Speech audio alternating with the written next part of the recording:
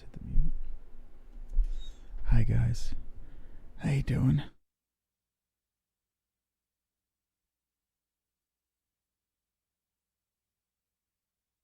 This is Bruce Buffer, and this is the moment you've all been waiting for. It's time for the MMA-Holes!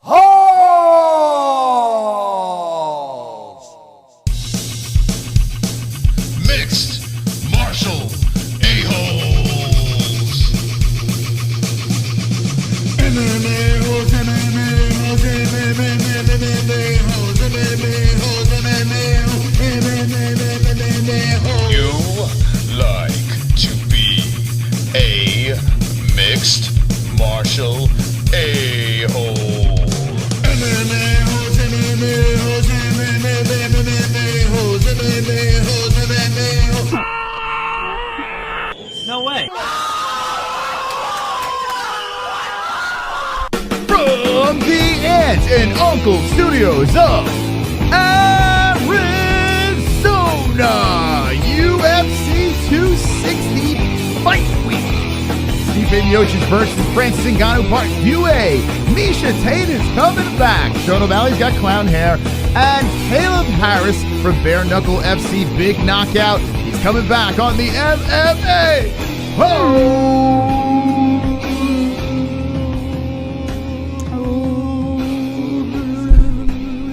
Come on, Jesse.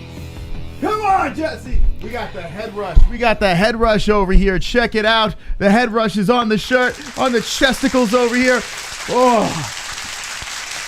I feel more like a man right now, Jesse. You know, sometimes I feel like a woman. And then I put this shirt on.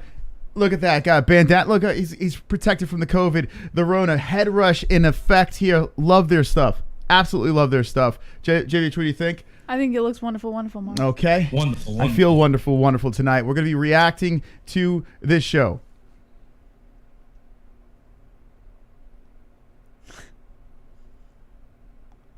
We should just react to our own show one day. Instead of reacting to all the other fights and stuff like that, let's just react to our own show. How would we react to our own show?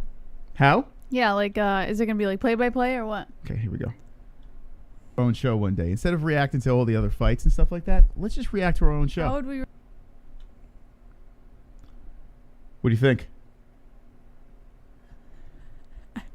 No? Okay. Wonderful. We have a lot of stuff to get to. UFC 260 is here. Saturday.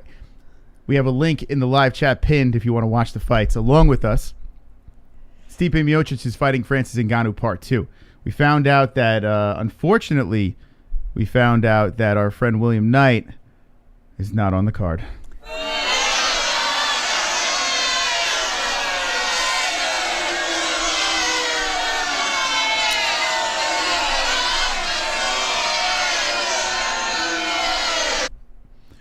He's dead. Don't say that. No, he's not dead. He's actually fine. We reached out to him today. He said he's fine. He seems bummed, but yeah, he is fine. This is the second time this fight fell through. The good news is Menefield has another opponent. Yes. And the gentleman fought for CES, another CES guy, which is kind of wild over here. Fabio. Yeah, Sherrod. We've seen this guy. I almost threw up on myself. We've seen this guy fight live. He's a tough dude. I tell you what, though, I don't know. I don't know how I'm feeling. He's on a 3-fight win streak. LFA, CES, LFA, and then there's the loss in the Contender Series. So loses in the Contender Series, rattles off 3 wins in a row. The guy's a real tough dude. He's 7-1-0. Not feeling though this fight. I mean, he should be a big underdog. Let's see what we got. No stats, no line here, but I'm assuming he's going to be a fairly decent sized underdog.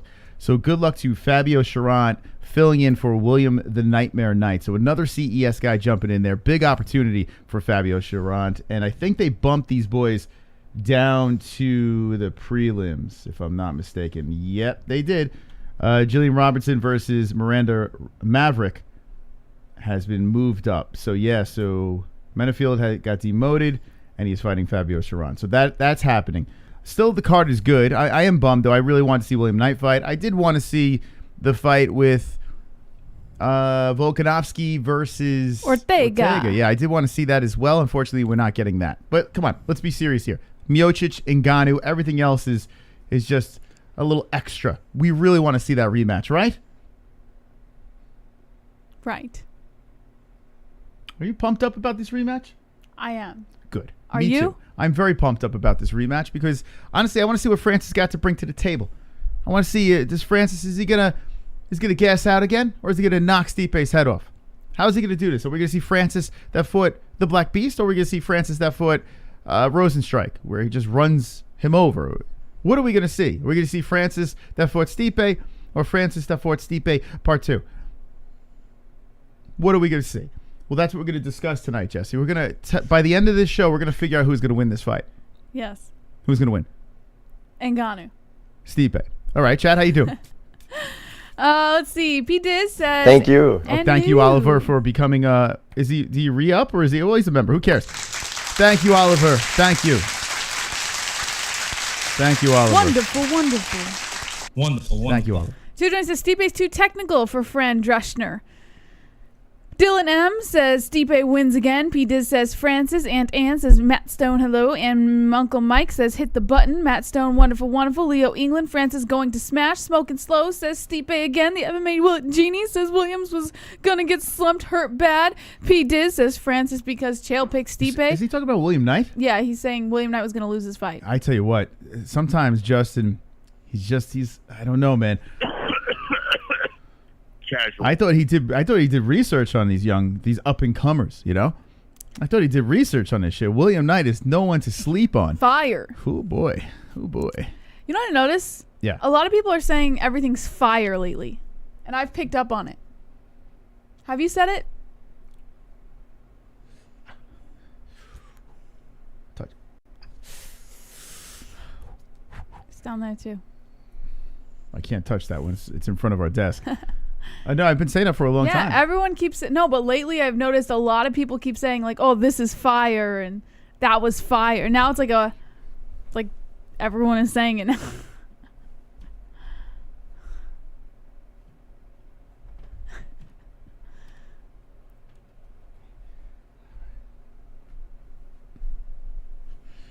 I think you were touching the wrong thing. Oh shit! Hold on. Let me try it again.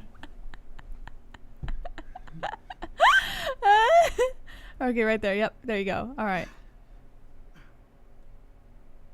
It's a very small home we're living in. Moss has the duck so he doesn't touch the ceiling. It's a tiny house we got over here. I was actually fixing the wood. Fixing. You were pushing on the pillar. Okay, yeah. It was full. It was out of place. I had to push it back in place. It was a little off. Okay, the poster was peeling off. I had to make sure that was there. I glue a new poster each week. I don't know if you noticed this, Jesse. That one was falling off a little? It was falling off. I had to make sure I was on the wall in our tiny house. Okay, what are we starting with tonight, Jess? All right. So Francis Ngannou Stipe, you've already kind of opened it up, so let's just dig right into it. According to Damon Martin of MMA Fighting, Francis Ngannou's head coach addresses his wrestling and conditioning concerns ahead of the rematch. Whoa. I don't know what just happened, but ahead of the rematch, his coach address those concerns. Even Eric Nixick would probably say he's gone a little bit overboard when it comes to breaking down and analyzing the first fight between. Is that guy? You know who that is? Who is Eric Nixick? Eric Nixick, Who is that? the coach Oh, is that the white guy? of Ngannou. So he's the guy. Wasn't he the guy that was with Aljo too? Isn't it the same guy? Nixick? Yeah, Extreme Couture. Is that the same guy? I don't know. Maybe. You said I should know who he is. Well, because I've read about it before. I think that's the same guy. Okay, Nixick. What a name. The Extreme Couture head coach. Oh. Well, there you go. I guess I was right. Yes, thank you, Chris. Thank you. Oh, God. Wonderful. The Extreme Couture head coach wasn't working with Ngannou for that fight, so he didn't have the inside knowledge about the training camp that led to that night, but he's obsessively watched Wait, hold the on. footage. Eric Nixick is here, Jesse. Yeah? Hold on a second. Let me just fix something here.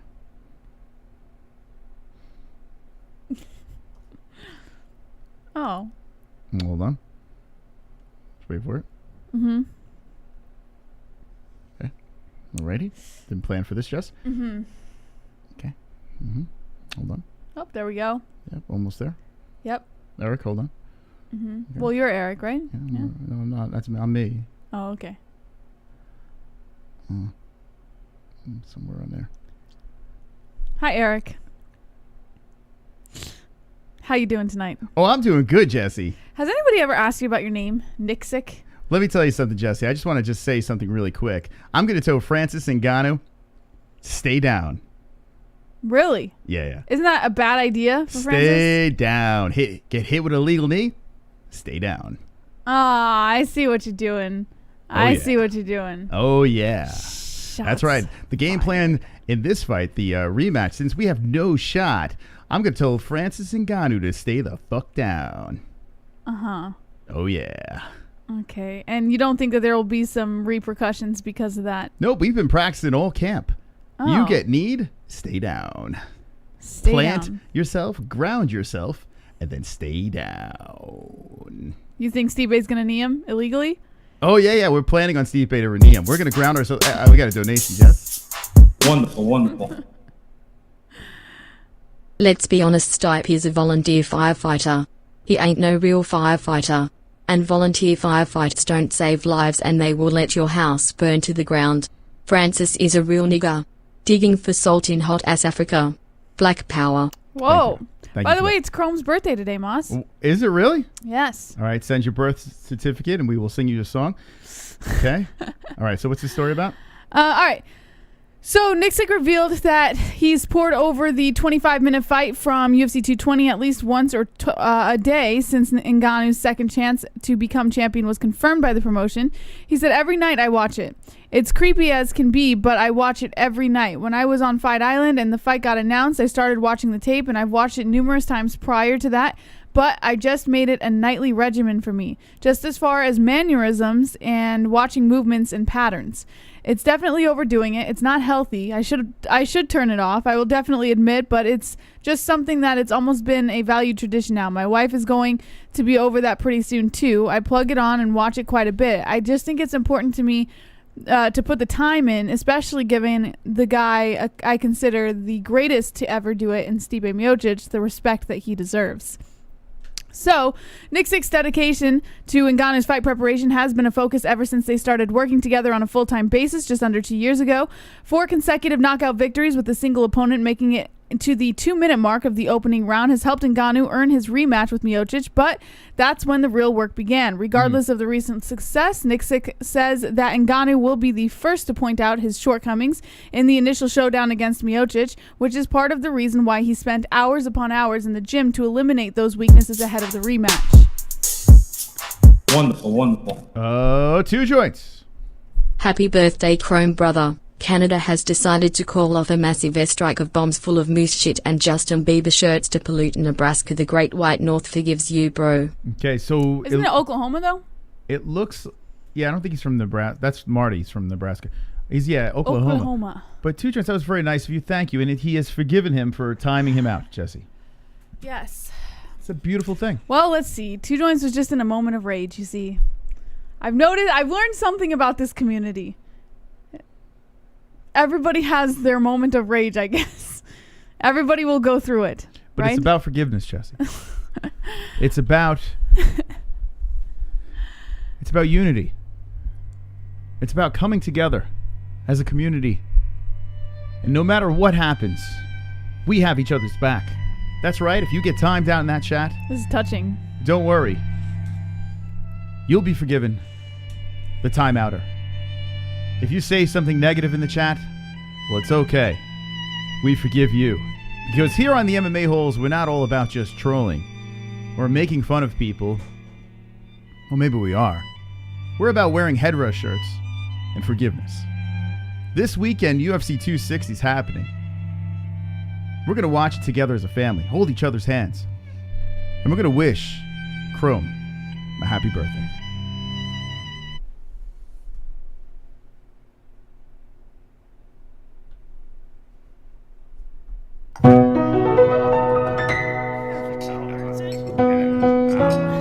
Well, we're going to wait for Jessie to come back. She's pissing. But in the meantime, I'm going to sing a little song. This goes out to our moderator, Chrome, the blackness to your dome. Happy birthday to you. Sing it in the chat. Happy birthday to you. Happy birthday, dear Chrome. Happy birthday to you. All right. Jesse, you want to sing?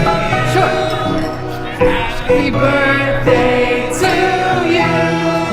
Happy birthday, Happy Crow. Happy birthday to you.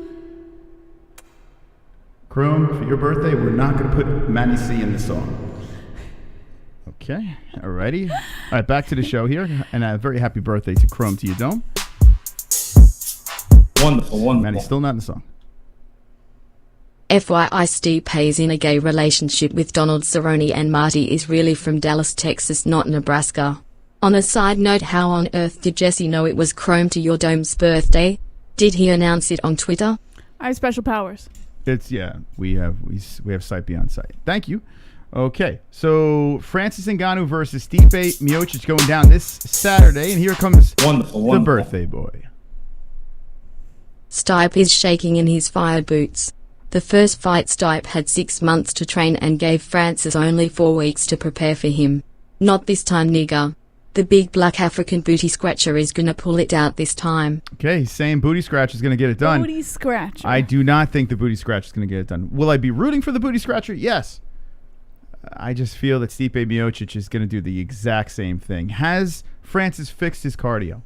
According to Ngannou's coach, everything has been honed, I guess you could say. Will his cardio be as good as Aljamain Sterling's? All right, Mons, you got to stop here. Just happens to have the same fucking coach. You got to lay off a little bit on the... So help me out here. Aljamain Sterling was going to do it for 5 rounds, right? He's a cardio machine. He just so happened to train with the same fucking people. So this coach is going out there saying they fixed the problems. Why the fuck should I believe this? The only path to victory is Ngannou knocking Stipe's head clean off. That's the only path to victory. Ngannou is not Aljo, all right? Just because they have the same coach means nothing. Well, the cardio is not going to be this. I mean, geez, the cardio is not there. It will. I'm sure there will be some major improvements. Will Francis Ngannou do the same thing he did with the Black Beast?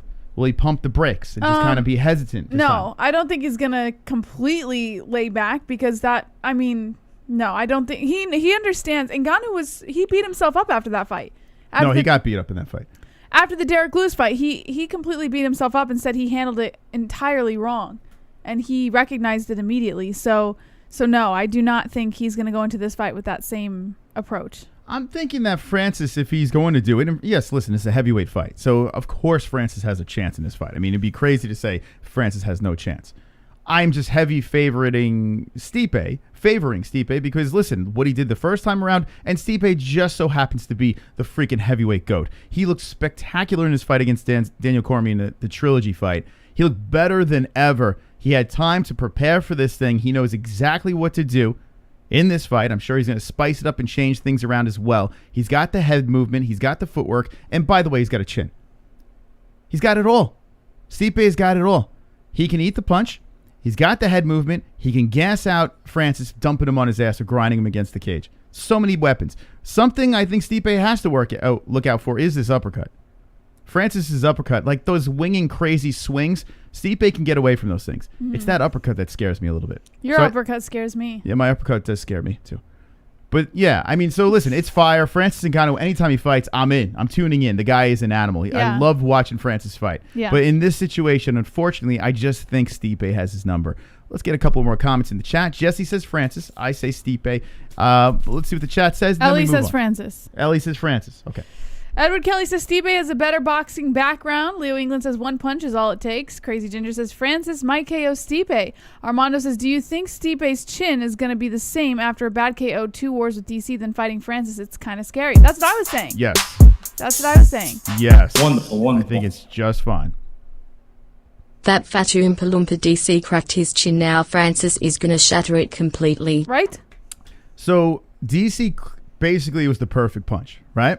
Perfect punch. He clipped him in just the right way. Even Jesse said it was a lucky shot. Now, I don't think it was a lucky shot. I think it was just perfectly placed. I don't think DC, like, when DC was striking with Stipe in that moment, I don't think he knew, like, oh, if I hit him right here, Stipe is going to drop. I really believe that he just happened to clip him in just the right way, and Stipe dropped. By the way, I see some MMA holes on the MMA-Holes.com. I see RX, I see D-Rest, and I see Sean Hart. How you doing, boys? On the MMA-Holes.com. Also, we're live right now. Sean O'Malley's live right now, and Megan Anderson. So we have a war here. We cannot let Sean O'Malley and Megan Anderson do better than us in the ratings on the MMA-Holes.com. So I need some help. 52 likes, and completely unacceptable. Right now, like the stream, and let's debate. Let's talk about Francis Ngannou and Stipe Miocic. I want to say this. It's getting to the point where we're just flat out being disrespectful to Stipe Miocic.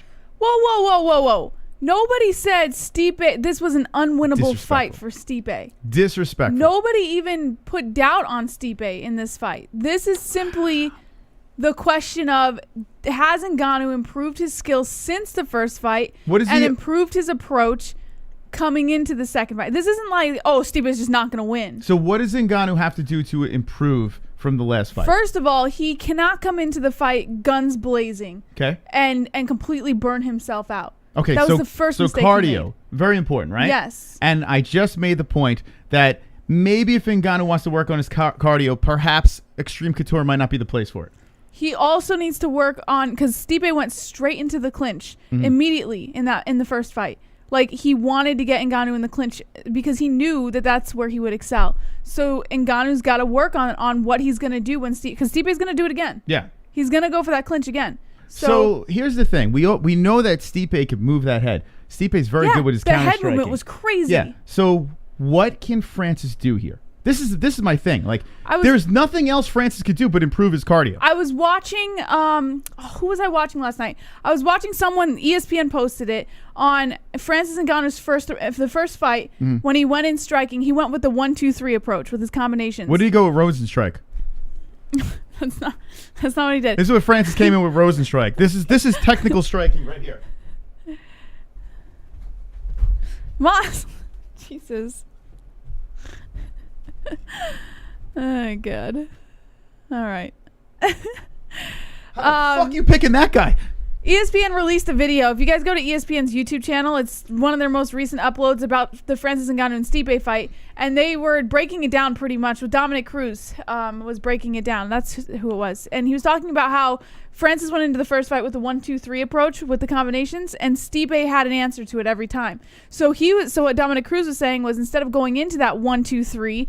Maybe go in with the 1-2, but instead of going in with the right, go in with the uppercut. Stipe won't expect that. Yes, I was thinking the same thing, and I know nothing about striking. Yeah. I am the Sunday, was it couch quarterback? What am I called?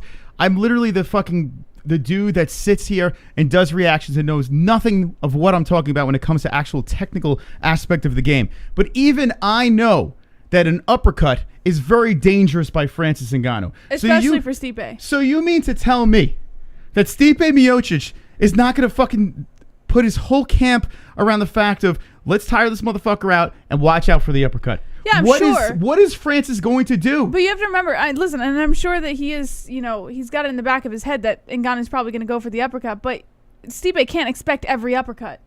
And all it takes is one. Mm-hmm. So there's a lot of ways that Ngannou can win this fight. And that's why I'm saying nobody's saying it's not a winnable fight for Stipe. We already know it's a winnable fight for Stipe. But my question is this, and yes, Ngannou has a chance. Of course he does. It's a heavyweight fight with a guy with explosive power. Some may say this is the most powerful heavyweight that we've ever seen. I'm running out of breath. that fucking thing over there. He could be the most powerful heavyweight that we've ever seen, Francis Ngannou. But the one thing that Francis is missing is technique. I think this time he's going to come in a little more strategic. I really believe it. I could be wrong, but I believe he's going to come in. If you were a betting woman, would you put money on Francis? I would. But Stipe's the under, so but wouldn't that be a gamble? if I was a betting woman and Stipe's the under and he won the first fight, I'd be putting my money on Stipe. To be fair, I mean, it's a no-brainer. I mean, you got the greatest heavyweight of all time. You make more money on him. I'm just trying to wrap my head around this. Now, keep in mind, I'm not trying to be a Francis hater. I've been supporting Francis from day one. I think Francis is great. I'd rather see Francis win this fight. No, on but Saturday I get night. it. You're trying to see both sides. But as a person that's just picking the fight, I don't know. Like, I went with my heart when they made the rematch. I said, okay, I'm going to pick Francis on this one. I think Francis is going to get him. And then I started thinking like a normal, rational human being. It's stupid to pick him. Now, if you're picking him because you just want him to win and you just want to just throw it in everyone's face, it's fine. I have not found the reason. Just by saying, well, he's just going to knock him out. You can't just say that against a guy like Stipe Miocic. And I understand. But we've seen it before. Like, we've seen fights where the first time it didn't go one fighter's way and then they come in and they completely blow it away the second time around. You Okay. know? Wonderful. I hope I'm wrong. Go to members and to my photos to see the picture I put. Okay. Try please. D-Rest? In the middle of a very good conversation here. Perhaps you say please. So demanding. I will check it out, but you must say please. What the fuck kind of matters is that? You can't just interrupt the show and not say please. If you say please, I'll look. Back to the conversation. I was what the fuck? What? I was just on a great train of thought. Yeah. And now I got all fucked up. For a picture. I'm sure it's a good picture. D-Rest is very nice with his pictures, and Kainota's great with his pictures. You gotta say please. I mean, how is Justin Jr. in this chat right now? How is he gonna learn when you just fucking drilling orders at us? Okay? Sean O'Malley's offline right now. It's probably a good idea, right? Because he's got a big fight on Saturday. What the fuck is he? Was he playing video games? Oh, did you? Oh, I have a news story on it. But did you hear that Sean O'Malley is telling his fans not to bet on him? Don't bet on me. I have a story on it. He's telling his fans not to bet on him. Okay, we'll finish your thought and we'll jump right into that. Well, that was basically summed up my thoughts with the whole Ngannou-Stipe thing. I think that there are a lot of strategies that Ngannou is going to change up.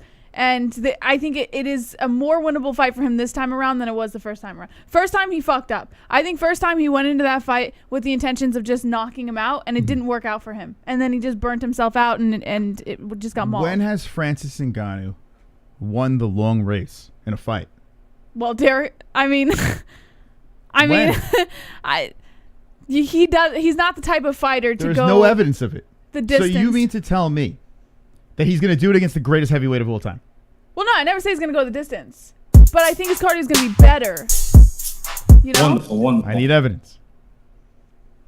The pressure is on Francis, not Stipe. If Yes. Stipe loses, he will get auto rematch. If Francis loses, he goes to the back of the line. Yeah, see, here's the thing. Francis Ngannou had already made comments prior for most of 2020. He was making comments about how he didn't want to be the gatekeeper of the heavyweight division. And that's kind of where the UFC was placing him, because everyone was kind of like surpassing Francis for shots. So now Francis has his shot, and I completely agree. If he loses this fight, he's screwed. He's going to get put in a position where he's just going to be like that guy that other heavyweights have to fight just to get to the title shot. Yeah, I mean, if he wants a belt, he's screwed, but he's going to get paid. The guy is so much fun to watch. He really is. Even if it's only 30 seconds, his fights, it's fire. Like, you're like, holy shit, like this, he's back in the cage. I'm going to be like that on Saturday night too. I hope he wins. I hope he knocks Stipe out in the first round. It'd be great. I mean, to say that's kind of fucked up, because Stipe is actually a really good dude, right? And he's a family good man, champ. Fireman, respectable guy. And a good fighter. But let's be fair. Who's the more like entertaining champion to you, Stipe or Ngannou? We haven't seen Ngannou as a champ, but I would imagine he would be more. In your head. I would imagine he would be more entertaining. Yes, Francis. I would think so too. But Stipe, listen, Stipe's been in great fights. Yeah, Stipe's a phenomenal fighter. Listen, I'm not taking anything away from Stipe. I'm just saying. Wonderful. Ngannou will catch him with a well-timed knee when Stipe shoots. Miocic is gonna shoot for a takedown as soon as possible. He won't stand and trade with Francis.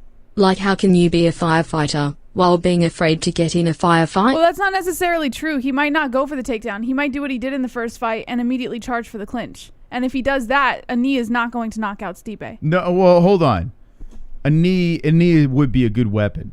And yes. the clinch? Oh no! And when Stipe dives in, Yeah, that's what I'm saying. because It's not he was necessarily true. looping like those hooks, and Stipe would just time the perfect takedown. Yes. Now if Francis decided, hey, I'm not going to be going like fucking King Kong swiping fucking planes off the Empire State Building. You know, maybe if he was trying to be a little more technical here, you know, that wouldn't be the case. But Stipe was just like, yeah, you're going to do that, I'm scooping down. Yeah. Now if there's a knee involved, if that's Yeah, in play, but he's talking about Stipe going in for a takedown and Yes. then Ngannou throwing the knee. That's a problem. I'm saying if he doesn't go for the takedown and he just charges into a clinch, that knee's not gonna knock him out because he's not gonna be diving into it. Stipe's such an intelligent fighter. Listen, I understand. I'm going to say it again. It's a heavyweight fight. You never know. Nothing is guaranteed. But the fact that Stipe Miocic is the underdog in this fight, is that still the case? Yeah, I believe he's still the underdog. I mean, not by much, right? I mean, yeah, he's a plus 100. Yes, it's nothing. Oh, he was plus 110 the last time we checked. Yeah, it's literally even. Well, really. this is Tapology betting odds. Yeah. I think the betting odds are a little different on that OddsShark site. Yeah. So I mean, it's pretty much even. Get a couple extra cents if you want to go in Miocic's way. Listen, if you're going to bet on Francis, he's on a 4-fight win streak. He's got the power of Odin in his hands. I mean, it's insane. This guy's power. He's got like Thor hammer hands, dude. It's nuts. It's insane, and it's so much fun to watch. But we've already seen this already, right? And I understand no two fights are the same, right? But I think Stipe is going to be even better. He'll get caught. But Stipe's chin is held up against Francis before, and Stipe's head movement looked magnificent in the first fight. And I have a feeling, I mean, maybe Francis does get a little bit more technical with his striking. Maybe he does pull back. Mm-hmm. But if that's the case, if he pumps the brakes, Stipe's still going to win in the long run. Francis is not going to sit there. If it goes the distance, Stipe will probably win. Yeah, so now the only answer here is a Francis knockout. It's not Which will happen. So, but how is that going to happen if he takes his time? The uppercut. So Stipe, he's just going to wait for Stipe to make a mistake. Is that what you're saying? Well, yeah. Listen, I have to be real. You know, like as much as I want to see Francis win, and I believe that the only way for Francis to win is by a finish, I have to be realistic. He needs Stipe to make a mistake. That's what he needs. Like, I'm not saying he can't knock him out without Stipe making a mistake. I'm just saying it would be a little more difficult. Whereas if Stipe were to make a mistake, you know, that knockout could come in. It's like what Uncle Champ says. He needs luck. Yeah. He needs Stipe to make a mistake, exactly. like you said. That's it. That's it. He needs. So okay, we're gonna bank on Stipe making a mistake. All right. I mean, but like listen, I said, he's human. It's not that Ngannou can't knock out Stipe without a mistake. Ngannou can very easily, you know, just find that right strike. Mm-hmm. You know.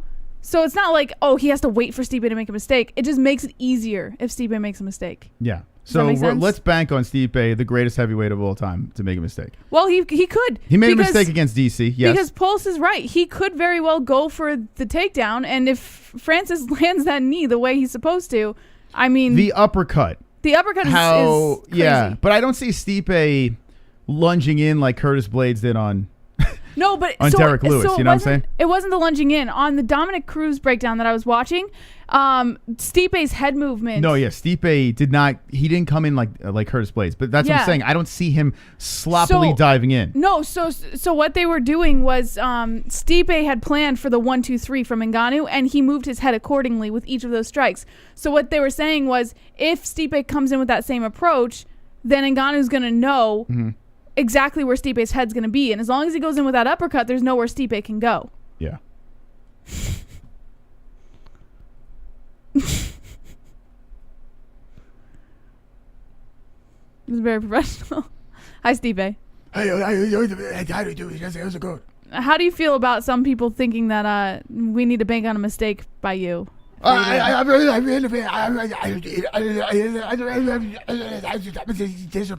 saying? I gotta beat him. You don't think Dad Stipe is gonna get distracted a little bit in this second round? I wear glasses. I have confidence. The guy's black. I'm gonna beat him up because I'm white. That's pretty racist, Stipe. Well, I beat him the first time. It's not because I'm just only kidding over. That was a joke, man. Oh, you have a weird sense of humor. I gotta be honest with you. I don't know what to tell you. I don't know. I'm a little uncomfortable in interview. Yeah, why do you treat media so poorly? Why are your teeth like that when you talk? I don't know. I get nervous about it. I don't. Yeah. All right. Thank you, Stipe.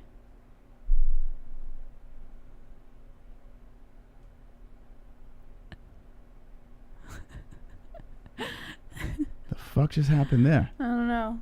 We haven't had Stipe on in a while. Thank you, Stipe, for coming back on the show. Appreciate that, man. Thank you, Stipe.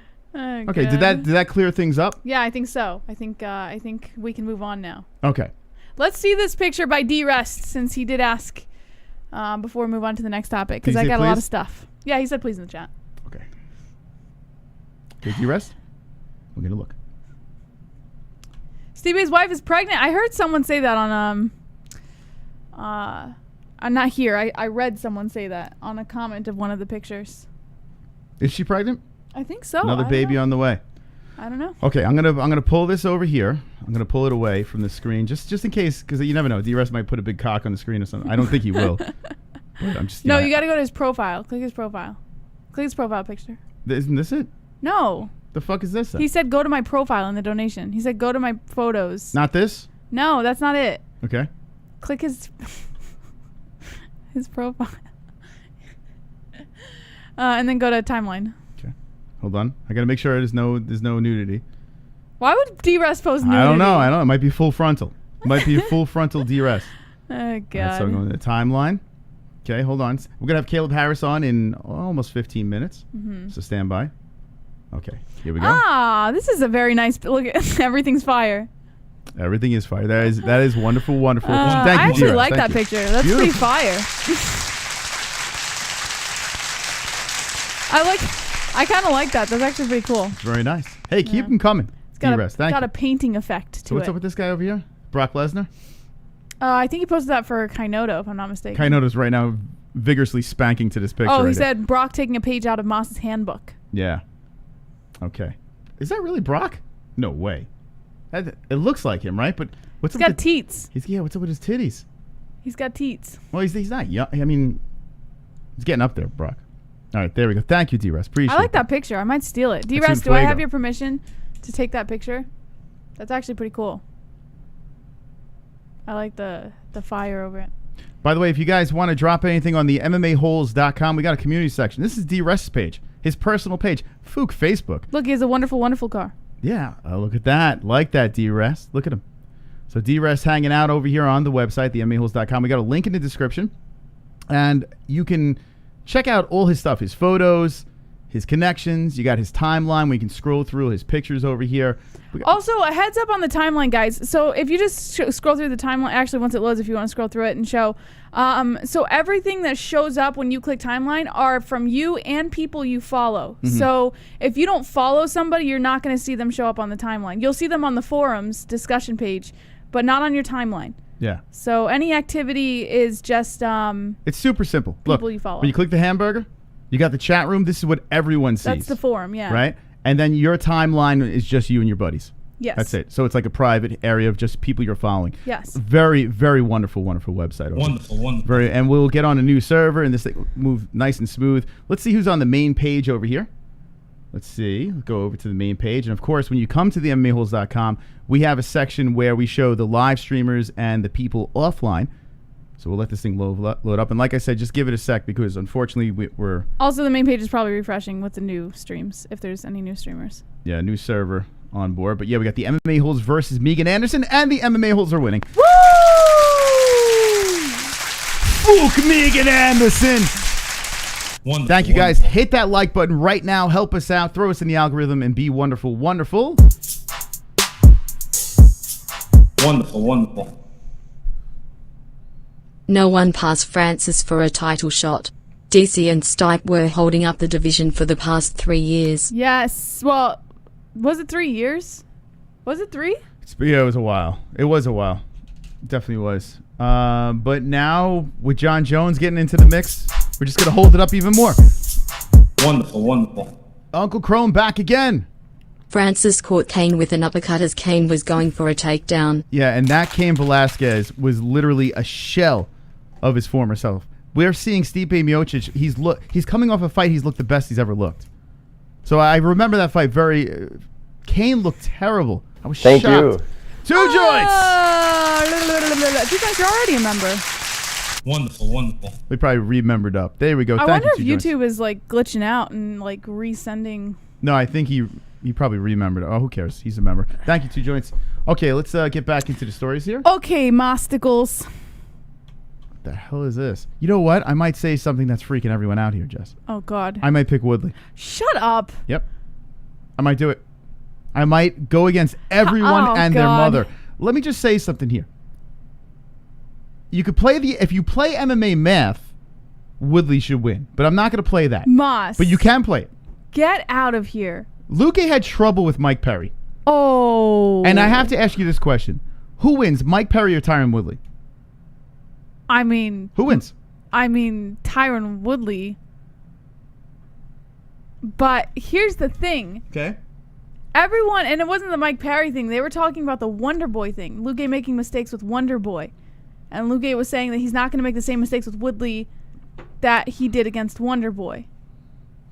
So, I'm I'm telling you. Now, this is like almost do or die for Woodley. That's like, kind of like he's on a major skid here. risky bet you're kind of putting out there. I might go that way. You can't forget. I mean, yes, he is a little older. He's almost 40 right now, right? This is it. And he hasn't been looking good. No, the thing that bothers me, it's not even MMA related. When he did the obstacle course and lost to the fucking teacher, that bothers me. That's the only thing that's weighing against me. And I know Luque's a beast. Yeah, but that could have been a fluke. But he you got know? destroyed by a fucking school teacher in an obstacle course. And I can't stop thinking about that. If that never happened, I would 100% be picking Tyron Woodley. But I can't stop thinking about that. I can't. I can't believe. Oh my goodness! No. I can't believe I heard you say that. I have to ask the people in the chat. Is there anyone picking Tyron Woodley? I'm pretty positive majority of the people are picking Luque, and I understand. Because I was picking Luque until recently. I'm like, I don't know. Maybe I might not. I did not even expect you to say you were going to pick Woodley, to be quite honest. I might do it. Because I'm falling in and out of love with this guy. Frump just says, losing to teachers, shaking my head. Brad Thompson, Woodley should already have retired. I agree. Wookie Ball says, Dewey Cooper is a weasel. He's a weasel. Wonderful. D-Rest. Okay, D-Rest, what do we got? Jesse, you don't have to ask me for anything. It's always yours and Moss. Aw. Thanks, Thank you. D-Rest. I ask just because you're the one who created it. You put in the work, so You know what? gotta respect it. D-Rest is like a candy with a very hard outside shell. But when you break that shell open, you crack it with your teeth and you sink it in. He's a juicy man. Wonderful, wonderful. He's a soft, juicy man. Woodley by SD. He'll eat his ass. You think he's going to eat his ass? Split decision. You think he's going to eat his ass? Everything that you ask is not enough for you. No, I ain't gassing you. No, I ain't bugging you. Suck your feeling when your face. Hey, now I'm fucking you. Then you busting up. Then I said, are you done? Are you done with the smoke? Can we move that shit alone? Come on. Redlining. Yeah. Oh, goddamn day. Now we back at it. I can't take all these letters. I can't Come on. all this damage. You Get on my goddamn nerves. But you got them juicy ass curves. Come on, Tyron. And I kicked her ass to the curb. But that puppy dog face so perfect. Oof. Is he coming back? Is he coming back? Falling in and out of love, in and out of love with you. Falling in and out of love, in and out of love with you. Falling in and out of love, in and out of love with you. Falling in and out of love, yeah. Falling in and out of love, in and out of love with you. Falling in and out of love, in and out of love with you. Did everything that you asked. Where's my Woodley fans in the chat? Believe I'm leaving your ass, no, I ain't love for you. Falling in and out of love, in and out of Okay, all right. Tyron, easy, Tyron. Tyron, easy. Are we picking Tyron or what's going on? Oh, man. No. No? Nah.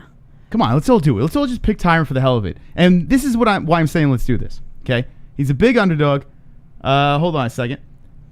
And the night of, on Saturday night, we can go fucking crazy if Tyron wins. Just for the hell of it. It would be like our own little thing. Tyron Woodley on a 3-fight losing streak of plus 200. He lost to Colby Chaos, a G. Gilbert Burns, a G.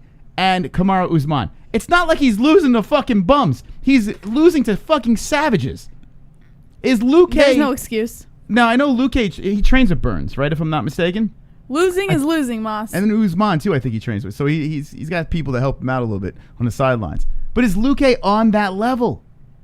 Is he on the Colby level? I think he's on enough of a level to beat Woodley. Colby beats Luque. Gilbert Burns beats Luque. Kamaru Usman beats Luque. And Luque's very good. Means nothing. You're using MMA math. It's not MMA math. I'm saying these people all beat him. They all would beat him. Yeah, I don't know. I think Luque is up there. I think let's all do it, guys. We all should just, across the board, just fucking pick Tyron Woodley and just go for it as fans. Because I'm telling you right now, the plus 200's not bad. He can't be over right. It can't go out like the way he did. He can't, Jesse. Yeah, I'm not doing it? I'm not doing it. I'm still going to pick Luque. I had to try. Tyron, I tried. I tried, buddy. I really tried. Let's see what the chat says. Who are we picking in this fight? All right. Can Woodley still wrestle? This is Nuru. Fromson says, Colby has pillow hands. Jeremiah says, nah, sorry, Moss. T-Wood by Sonic Submission says Kainoto. Ruben Rivera says, Fook Woodley. Uncle Gozarian says, Woodley keeps getting smashed but remains defiant. Brad Thompson says, Bill Bud try Max Salt for the migraine. Wonderful, wonderful. Manny C. Does the bird look onto the trees and wish to be an eagle? Does the squirrel look unto the distance and wish to be a tiger? Do the ocean waters long to be air? What does this all mean? I have no fing idea. I only know Manny C is the man without a song. Thank you. Thank you. All right, Eric, baby. Membering up. My man, Eric. Eric, drop your favorite emoji in the chat right now, and shout out to our members over there, all wonderful, wonderful people. Let's talk about this shirt that I have on. We're going to have Caleb Harris jumping on the show very, very soon. Like 7 minutes. 7 minutes we'll have Caleb Harris on. This man, what he did at Bare Knuckle FC, was it 16? Yes. Bare Knuckle 16. He rearranged this man's face, who was a lot bigger than him. And the guy couldn't come out of the corner because the doctor says no more. No more carnage. We're going to talk to Caleb Harris, who doesn't even have a bruise on his face after his fight at Bare Knuckle FC. He's coming on very, very soon, the Lionheart. But I'm going to talk about this shirt. Head Rush over here. Oh, yeah. Finally got my swag. I'm going to be rocking my Head Rush on the show. I have to say this. The quality of this shirt is unlike any shirt I've worn in a long time. Now, we have our merch stuff, and it's cheap. Let's be honest. It's good, but it's cheap. This stuff over here, quality. Top quality stuff from Head Rush over here. So if you want yourself some Head Rush gear, and I feel like a complete badass right now, no one's gonna fook with me. This shirt makes me want to pick Tyron Woodley. That's how savage I am right now. We have a 20% off promo code. It's MMA-HOLES. That's right. We're giving you 20% off all Head Rush's stuff. And look, you can get the shirt just like Mystic Moss over here. Check it out. There's a link in the description, the American link, and there is one for Canada as well if you're outside of the States. Go check it out down below. Promo code MMA-HOLES. These shirts will last. They're nice. They're sick. And you'll look wonderful, wonderful. JBH is going to be wearing her swag very soon. She's got some sexy stuff. I don't know if you want to see sexy pregnant stuff. I don't. Yeah. I told Mom, there's one shirt that is so cool. Like, I cannot wait to wear it. But I'm a little fat right now. Yeah, so I don't know if maybe some people may want to see that. But ladies out there, check out their shit. Their shit is like, it's not just guy stuff, really nice chick stuff as well. So go check it out. MMA-HOLES.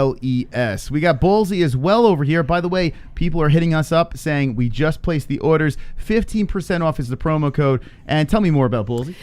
Well, taking great care of yourself doesn't have to feel like a chore. Ballsy products are developed with unique active ingredients to keep you feeling and smelling better than ever before. Get up to 15% off using promo code MMA-Holes. That's promo code MMA-HOLES at ballwash.com. Link in the description below. By the way, Moss, I have to point something out. Something that I noticed I do. And I didn't even realize I really do it. When I use the restroom and I wash my hands, the soap dries out my hands constantly. And you lick your fingers. And then I come back and I use the sanitizer from Ball Wash. Or from ballwash.com. And it like moisturizes my hands. And I keep wondering why every time I go wash my hands, it feels like moisturized. It's because of sanitizer. Sanitizer, ball wash, body wash, shampoo. Ballsy, baby. By the way, I saw with not two joints. Sean Hart said, I actually thought about that. Might reach out to Head Rush. That would be awesome doing a collab with them that way. Put MMA whole logo on there. I kind of like it. But yeah, if you want your Ballsy over here, Jesse's actually applying it on her hands right now. The promo code is MMA-HOLES for 15% off. Show them how you're doing it, Jesse. What's going on? I'm rubbing Ballsy Plague Slayer as we speak. Okay. There you go. Also, we have Lux Bidet. Let's talk about Lux Bidet. Say goodbye to toilet paper with affordable premium bidet attachments by Lux Bidet. Lux Bidet attachments gently cleanse your skin, leaving you feeling refreshed and confident. Save 10% at checkout using the link in the description below. Again, that's Lux Bidet, 10% off at checkout using the link in the description below. Okay. And yes, very wonderful as well. Also, we have Mystic Roots CBD. Get top quality organic CBD products, including extracts, hemp flower, cosmetics, edibles, and more. Get up to 20% off using promo code MMA-Holes. That's promo code MMA-HOLES at mysticrootscbd.com. That's mysticrootscbd.com. And one more thing we'd like to talk about here, ESPN Plus. There is a link pinned in the live chat. There's a link in our description. You want to watch the fights? We got away. ESPN Plus. Do that. Click the link. Help out the MMA Holes. We get a percentage. So you take it away from the big boys at ESPN and UFC and put it in the MMA Holes pocket. We also got the deals with Hulu and ESPN Plus, Hulu, and what's the other company? What was the other one, Jess? Help me out. Disney. Disney. Yes, Disney. Mickey Mouse. So click our link down below. You can get the triple package. Okay, so Kaleb Harris is going to be jumping on in 3 minutes. Let's squeeze a quickie out. And then we'll roll right into Caleb's conversation. Michael Jackson. Yeah, so Sean O'Malley tells fans, don't bet on me heading into UFC 260 return. Why is he dressed like Michael Jackson? That's just one of the pictures they took a while ago, I guess. I don't know. Jesse. According to Dan Hirgasel. Super chat. Whoa, my God. Love the support you guys have showed me. Thank you. Now time for me to get that title. Whoa. Holy shit. Yo. That was Kaleb Harris with $100. What the fuck? Kaleb, drop him in the chat, boys. Kaleb, with the Kaleb. Holy shit, he just dropped $100 donation on the boys. Wow. Holy guacamole. Damn, man. Wonderful. Wow, Kaleb, thank you, dude. Jesus Christ. I guess we got to send you another shirt. It's the least we could do. Fucking A, man. Kaleb, thank you, brother. All right, we'll call him right now. Holy fuck. Wow, man. Wonderful. 2 joints. When the fuck is Ballsy coming out with a nice salad dressing or barbecue sauce ? Just imagine being cleansed properly with a Ballsy product, then basting a sirloin steak with a nice Ballsy barbecue sauce ? Just saying. Anyways, let's get high. Smoke them if you... Marijuana in the chat, please. I don't know how that combination works. I don't either. But, hey, whatever. I touched Moss's balls before the show today. She did. She actually rubbed on the ball powder today. I got out of the shower. I was like, please apply. That's not a joke. Okay. TMI. Let's get into the interview over here. By the way, I got to say this. Kaleb has been a friend of the show for a while now, and it's a pleasure to see him succeed out there in BKFC. Look at this. Not even a scratch on the man's face. Let's get him on the line. Let's call up Kaleb Harris from Bare Knuckles 16.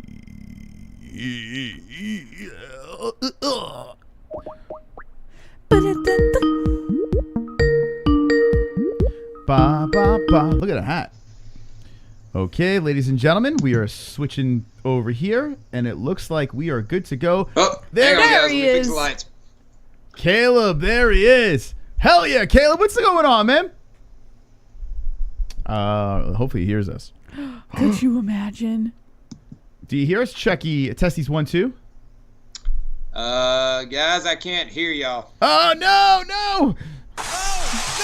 Don't even pull up those Skype things again, Moss.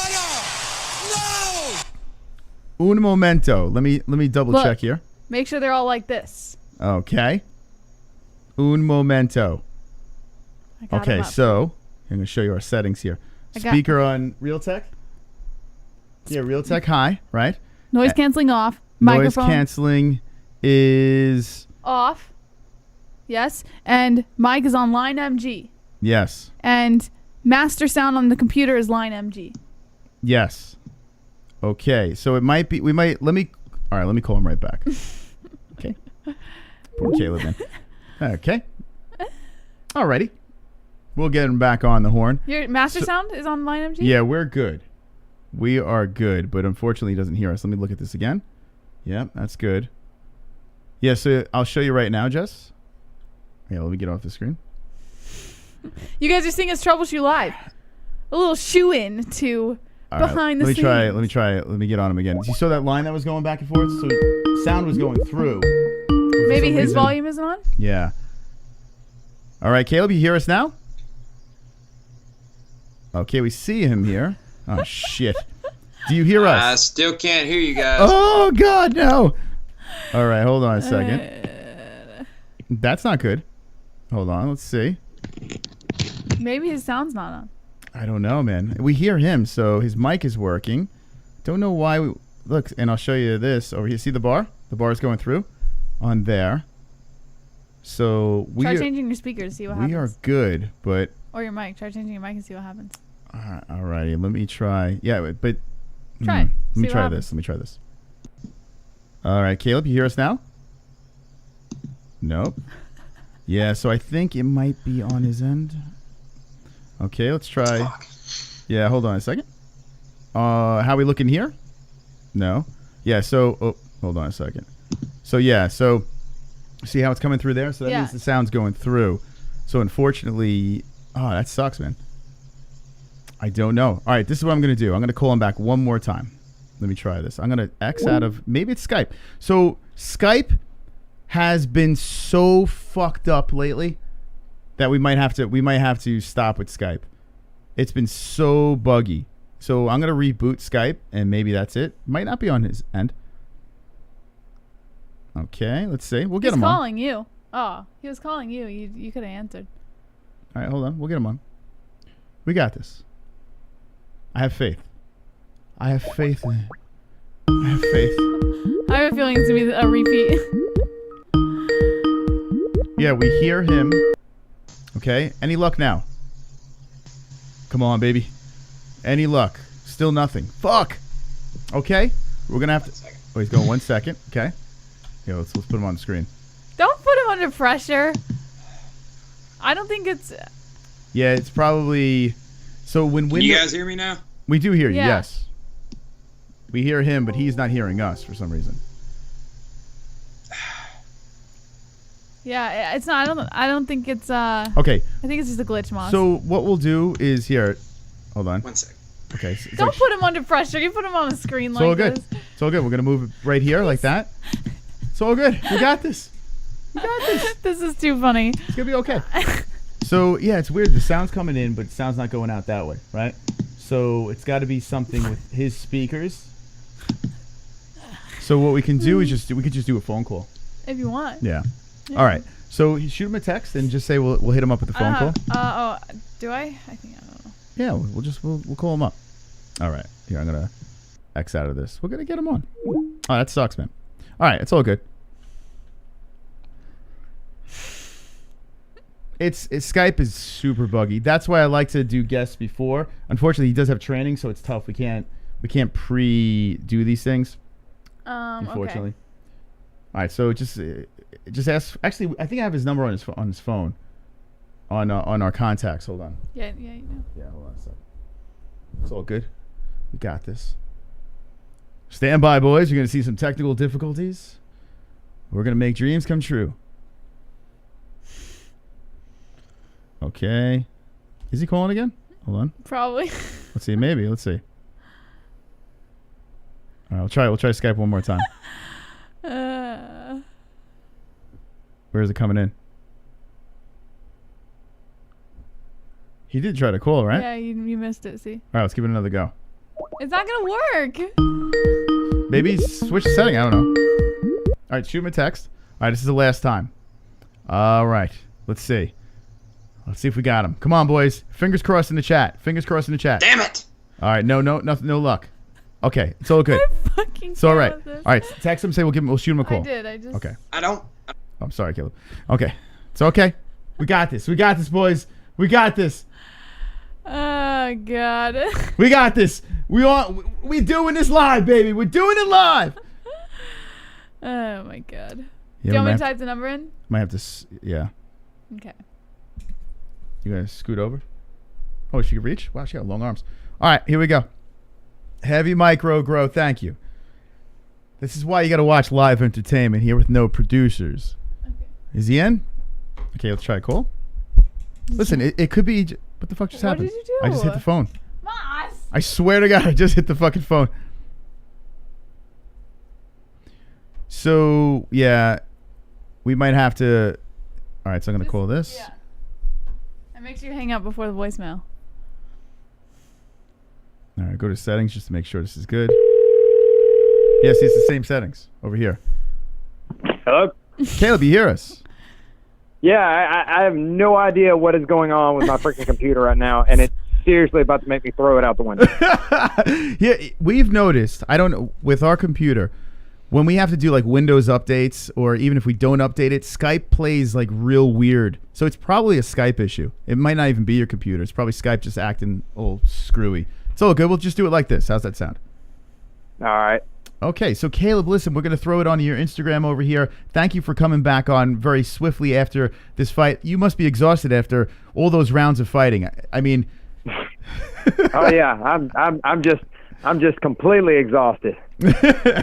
All right, so the first thing we noticed when we saw you standing in the cage, I made this assessment. Now I want to know if this is true. We know you're in a loving relationship right now, but I said from the smile on your face while you were standing, it looked like you had not one nerve in your body, and I attributed it to you getting laid. Like straight up pussy is what's making you confident inside these ropes. Was that the key to victory here?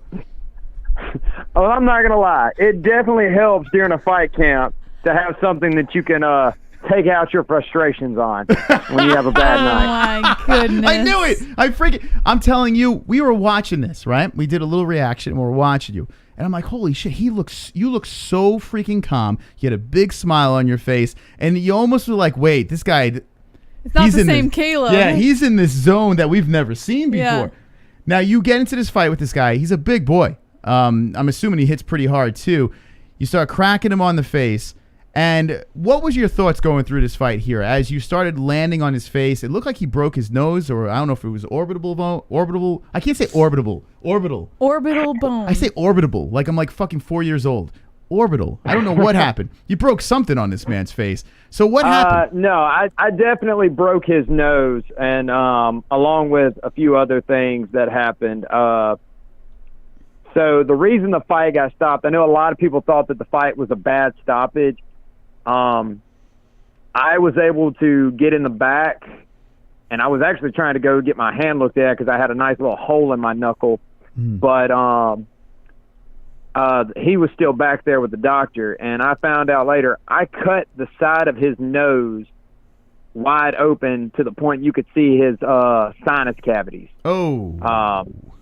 So it took about 14 plus stitches to stitch him up. Ugh. And so that was when the doctor saw that. Basically, his nose was filleted open, that if it had went to round 2, I would have got the knockout, but I probably would have done some permanent damage to his nose. Mm-hmm. So I know, and the guy was game. I mean, it didn't even act like it was phasing him that he was split open that bad. But he wanted to keep fighting, but obviously the doctors have to stop it. But, I mean, you could see from the first round how that fight was going to go. Mm-hmm. So, yeah. I mean... Dude, you look like you were waiting online for, like, the greatest drink in the world at Starbucks. Like, you looked... it looked like you weren't even in a fight there. It was insane. You know those movies, like, with Bruce Willis where there's, like, a whole army of people who are... about to break into his house, and he's just sitting there calm drinking his coffee. Yeah, man. How do you get to that zen? Like, before the fight, did you feel like you were in a different zone this time than any other fight? Yes. So my last 2 fights, the fight with Brito and the fight with Allers, although I trained really hard for it, I dealt with a lot of doubt going into the fights. You know, questioning myself, you know, am I going to win this fight? Can I win this fight? You know, does this guy have more experience than me? And this fight camp, I've just thrown my whole body, mind, and soul into it. I was running a lot of new footwork that I'm actually mad I didn't get to showcase even more of for the fight. But about 15 minutes before we were getting ready to leave the venue, I owe a lot of me being able to keep calm to my corner, Dustin. Mm-hmm. He's been doing a lot of research behind the scenes for me. And about 15 minutes before we're leaving the hotel, our girls are in there, and he's like, all right, I need everybody out of the fucking room except for Kaleb. Mm-hmm. And they're like, what? And they're like, just get out.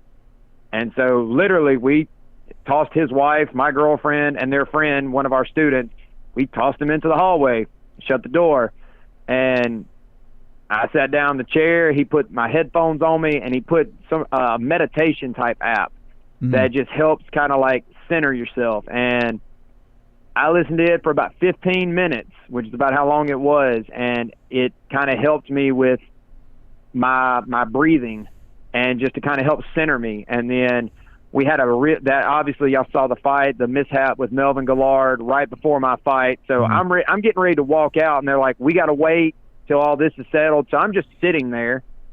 And so I just start going back through my breathing exercises. I'm in the back, and the only thing separating the blue corner and the red corner is a little curtain. And somebody in the red corner decided to blast some terrible music as loud as they could. So I just threw my headphones back on, and while I'm getting my hands wrapped, I'm just listening, controlling my breathing, and I just knew that I was going to go out there. I had put my heart and soul into training. I knew I was going to go out there and win. I didn't know how, didn't really care. I wanted it to go all 5 rounds. But I saw that I had broke his nose, and you can actually see it in the video where I'm laughing. And I go, damn, that looks pretty. Let me hit it again. And I threw a straight right, hit him in the nose. And then at that point, I knew it was just a matter of time. It was over with, that he was going down in the second round if the doctor hadn't stopped it. You felt it break when you hit him? I heard it break. Wow. It sounded like a freaking stick snapping in half. Like, I didn't know what I broke, but I knew I broke something. And then I circled back out and got to the center of the ring, and I saw his nose sitting up under his eye, and I'm like, yeah, this fight's fixing to be over with. I tell you what, man, yeah, like you said before, Cutter does seem like a very tough dude. This guy was willing to go back out there, even with this situation, looked very upset when it went down. But I mean, the right thing. The doctor made the right call, right? I mean, it didn't even look like he hesitated when he saw his face, and he lives to fight another day. So that's good news over there. And what a nice comeback here. What a nice bounce back. I tell you what, anytime you have 2 fights that we could really think of that really stand out here now. Actually, 3 really, because you dominated. I can't remember his name before your previous fight, but I'm telling you. You have so many highlights with Bare Knuckle FC that this has got to feel good, right? Is this your home Bare Knuckle? Oh yeah, definitely. I mean, as long as they act right, I'm happy to stay with Bare Knuckle. Mm-hmm. You know, I mean, I'm not going to get treated wrong. I think that they may be focusing a little bit too much on some people that just have big names versus the people that are actually fighting for them. But you know, it is what it is. I mean, I'm down. They know I'm down to fight anybody as long as they pay me good. Mm-hmm. And I mean, there's talk about the tournament. There's talk about who I should fight next. And at the end of the day, I don't care if I've got to fight 5 more people before I get my title. Mm-hmm. So by the end of it, when it's all said and done, I'll have the 165 title. The beauty about Bare Knuckle too is they're not like deep with a ranking system, right? So if you rattle off a big win, a big knockout, 2 wins in a row or something like that, boom, you're right in the mix. And now you're talking about a tournament here. That's fascinating. Now, is this going to happen? Are they definitely going to do a tournament in Bare Knuckle? They claim that the only way that they do Bare Knuckle championship belts is through a tournament. Okay. That's how they've done the 35. That's how they've done the 45. And that's how they were trying to do the 55. And it started out, and then it just ended up being Palomino and Allers. Mm-hmm. But But I'm hoping there's talk of it. We'll see. I know me, Elvin Brito, and Joe Elmore will probably be in it. I don't know how long it'll be after that fight with Leonard Garcia before Joe's ready to get back in the mix. So if they're not going to do a tournament, the only fight that makes sense is the rematch between me and Brito, and then Joe Elmore comes back for the title shot of whoever wins out of that. But like I said, at the end of the day, if they want to keep feeding me unranked fighters and paying me, that's fine. I'll just keep fighting. I don't want to sit around for 6 months and wait on them to decide to do a tournament. I made a post yesterday. I'm ready to get back in there as soon as May. It was a weird night. Now, unfortunately, we missed the prelims, but we caught the whole main card. And we noticed that the momentum, it was just it felt like not like other bare knuckle events. Something just seemed like it was different. Not like it was bad or anything. Something seemed different. And then when your fight happened, it felt like an explosion. And then that main event was fire. Complete fire over here. So being one of the fights on this card that everyone's talking about it, how does it feel? I mean, the guy that can't go into the second round, you come out basically unscathed. You know, you're walking around after. What's the scene like when you get outside and start walking around the venue? Honestly, I'm just running around like a chicken with my head cut off, trying to see everybody that came. Like, I had students that drove 3.5 hours to come down there and watch me fight. My girl, this was the first time she got to watch me fight where we were actually together. And I mean, I had family members come. Was just constantly trying to thank everybody. And I don't think I actually got to sit down until the main event. Like, I finally got to sit down with my girl and my family and watch the main event, and that was about it. But it was almost surreal because a part of me didn't even feel like I had fought. Like, I'm used to being in pain. I didn't even hardly really feel my hand hurting until we finally got back to the hotel room and the adrenaline had wore off at like 1 o'clock in the morning. Now, what is the deal with your hand? It looks like that is the only thing that is damaged. What is the deal? Is there anything serious going on there, or is it? No, it's I think it was either part of his bone from his nose or his tooth basically stabbed my knuckle. But it's pretty much healed. I mean, it's gonna leave a pretty little scar, but you can see it on the picture you've got pulled up. I mean, basically where that little dark scab is was a hole. And it's pretty much healed up now. I mean, hell, Monday night I put gloves on and hit mitts just like as if I wasn't even hurt. That's where that picture of me smiling. That's where I realized his nose was broke and I was about to fuck him up. That's so funny. And I noticed you've said this before on previous appearances. Love working that body in bare knuckle. Very important. A lot of guys forget and don't do that. And here you are ripping him to the body, which seemed like it opened up. You know, his face over there gave you the opportunity to land. Was that the plan again? Work on his body some more? Yes, that was the plan, 100%. We started working on setting up traps off of hitting that body really hard with the jab. That ended up causing me to land that overhand. So I'm not 100% sure what actually broke his nose. Either the overhand did or the uppercuts from the clinch. Either way, I was happy for it, and everything that we worked and game planned for was perfect. You look so menacing, like the Joker in this picture.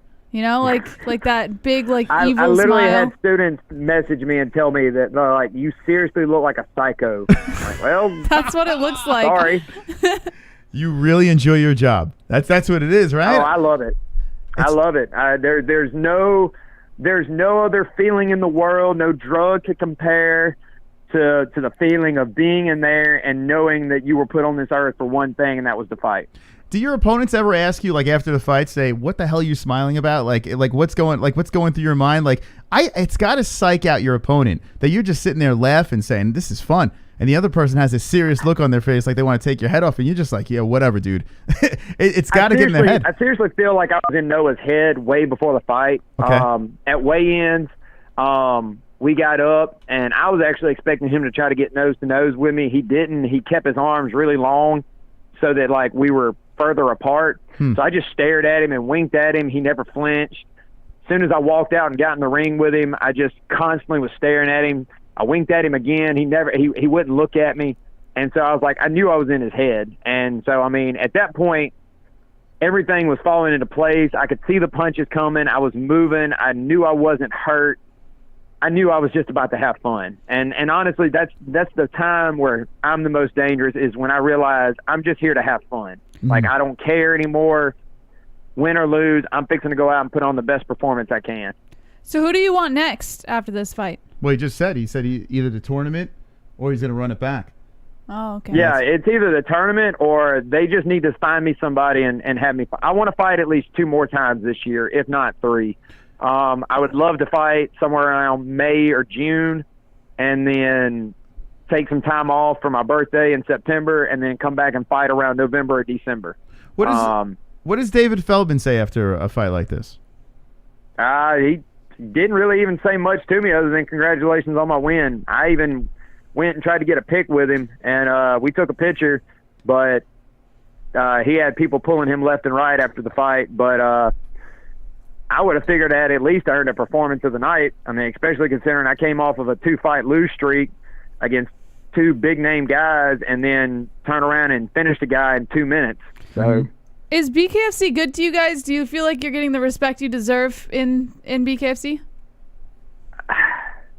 Yes and no. Like I said, they definitely treat us better than any other promotion I've ever fought for. I know even Leonard Garcia said that he hated to admit it, but that he loved bare knuckle more than he did the UFC before he retired. They do pay well. Like I said, I think the only issue that I have with them is that people with big followings or big names, like former UFC fighters, Paige Van Zandt, Luis Palomino, Thiago Alves, it's kind of like they get that, or Tyler Goodjohn, even somebody that's just got a big following, automatically jumps up and gets these nice treatments and pay raises, and pays. And you've got guys like me that's been with them since BKFC 5, and I'm just now starting to get where I'm making comfortable money. They just want you to get into porn. That's the problem, Taylor. Well, unfortunately, I'm not that blessed, so that's out of the question. Caleb, what would your porn name be? Porn name be if you're going to do it? Hell if I know, man. Something that nobody from my neighborhood would know me as. So it couldn't be anything to do with Lionheart or anything like that. How about Linecock? First of all, to whoever this 2 joints is, my girlfriend turns 22 in July, so she's not 19 or 18. So what would your girlfriend think about you doing porn? Well, I mean, it's just them. Well, you could do OnlyFans. I'm pretty sure she would cut my balls off, to be honest with you. That must have been great, though, after this fight, right? So this is like the first time, you guys are together and you're fighting, right? So now you come out of there and you're like, I just whooped this guy. That's it. Couldn't even get into the second round. That badass walk afterwards towards your girl. She must have been so horny when you got out of that ring, Caleb. What was the look on her face, man? Oh, she was ecstatic. She was just happy that I didn't get busted up. But all of my plans went bad after that. So, I had tried to book Bare Knuckle always puts us in a hotel for 2 nights. I always book my own hotel room the night after if I've got somebody. And every hotel in Biloxi was sold out except for, one casino that was, $800 a night for a suite. Wow. And I just could not swing it. And we had to get up the very next morning and drive all the way back to Jackson 3 hours just so I could help coach some students that were competing in a grappling tournament. So we didn't actually get any time to ourselves until the Sunday after my fight. Wow. But damn, was it a good Sunday. So now it looked like a packed house over there. What was the deal? I mean, Mississippi don't give a fuck, right? They're just like, let's party here. COVID schmovid. I noticed that people in the crowd, no mask, the whole deal. What was it like with COVID? It looks like they were pretty laxed. Well, what happened was the reason you didn't see a lot of masks is about 3 days before the fight, the mask mandate got lifted out of Mississippi. Oh, okay. And so, but the venue still didn't want to go to full capacity, so they still only had limited seats. Gotcha. But that's pretty much about it. In fact, I'm thinking next Monday, I think I'm supposed to go get my second vaccination shot. Awesome. That was a bad idea on my part to go get vaccinated a week and a half out from a fight. That was a terrible 24 hours for me. Yeah, I would think because, people get the symptoms and stuff like that when their body's trying to fight off whatever the vaccination is putting in, that you wouldn't feel 100% going into a fight after that. Well, Jesse, I'm going to go ahead and tell you right now, I'm not a smart man. If I was, I'd probably be doing a different job than this. But I wasn't thinking about that. I went in to get my blood work done, and they're like, hey, we got some COVID vaccinations left. Do you want to get one while you're here? I'm like, yeah, sure, why not? Mm-hmm. And so they stick me, and then I'm like, okay, that wasn't too bad. And then the next day I'm going to train, and I feel like I'm about to die during cardio rounds. And I start running a fever that afternoon, and I'm like, what the hell is wrong? And somebody finally pointed out, I was like, you got the vaccination yesterday. That's what's wrong with you. So for about 12 hours, I felt like misery. And then out of nowhere, I started getting energy back and felt good. And that Sunday I went and ran hill sprints and felt fine. So it was your night. It was meant to happen no matter what. Nothing could stop Kaleb Harris on the night of bare knuckle 16 as you defeat Cutter viciously. The doctor says no more. You take his nose, you put it out of his face. I mean, this is a story you're going to be telling your kids, your grandkids about. You're going to be like, there was a man, I took his nose and I ripped it out of his face. Kind of like Mortal Kombat. Did you feel like a superhero that night? I really did. I'm not going to lie. Coming out completely unscathed and knowing that I just ripped the guy's nose basically half off his face. I felt amazing that night. It was awesome. And then getting to witness one hell of a main event and getting to watch Leonard Garcia go out the way that every fighter dreams of going out, with a big win after a hard-fought war. It was amazing. Yeah. It was a hell of a night, a hell of a weekend, and I can't wait to get back in that ring and do it all over again. It was exciting to watch you compete again. It's nice to see you get back in the win column. I would love to see you stay with bare knuckle. It really is fun watching you compete over there. But is the door open to MMA down the road? I mean, you have that in your repertoire. Will you ever dive back down that road? Yeah, for the right price and the right fight, I definitely would. I'm starting to get really comfortable at 165. So my big issue with me is if I went back to MMA, I either would have to suffer and get back down to 155, or I would have to move up to 170 unless they finally get with the program and make a 165 division in MMA. Mm-hmm. But yeah, MMA is definitely still a door that's open. Right now, bare knuckle just pays better, and I enjoy it very much. I love the striking. I've said it to many people that if they ever come up with bare knuckle MMA, I'm going to be one of the first ones to line up and sign up for it. I'm already used to getting elbowed and kneed with no pads. You just take the gloves off, and we're just right back to the same thing I've been doing. So, have you been eye poked in bare knuckle yet? You've fought there multiple times for BKFC. Have you got caught in the eye yet? I actually have not. I have been punched in the throat. But I have not ever been poked in the eye. Isn't it funny how that is? Like MMA, it's like a terrible problem right now where they're talking about changing the gloves, this and that, and here you guys are just wrapped hands, no eye poke. I gotta say, Kaleb, I was putting together a baby car seat the other day, and the car seat, I pushed the button and the car seat slammed back on my throat, and it fucking hurt. So I can just imagine getting punched in the throat. Have you ever been punched in the throat? Me and Jim Allers, there's actually pictures somewhere. I know I definitely shared it with him.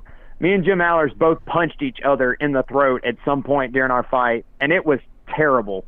After the fight, the next day, I couldn't talk at all. My voice was gone. It was just ridiculous. But yeah, and I think the reason that you don't see a lot of eye pokes in bare knuckle is because most of us keep our fists closed the whole time. Yeah. Whereas in MMA, you have guys that are wanting to parry. You've got guys that are wanting to reach out and grab. You've got John Jones, who's just trying to take eyes out. Mm-hmm. But yeah, they're always leading with their fingers coming forward. Like in bare knuckle, that's not going to get you anywhere, right? Yeah, no. In all honesty, leading with your hands open is probably going to get your hand broke quicker than actually keeping it tight. Mm-hmm. Now, what about running it back with Jim Allers? I mean, I bet Jim Allers don't want that smoke again. That was some fight.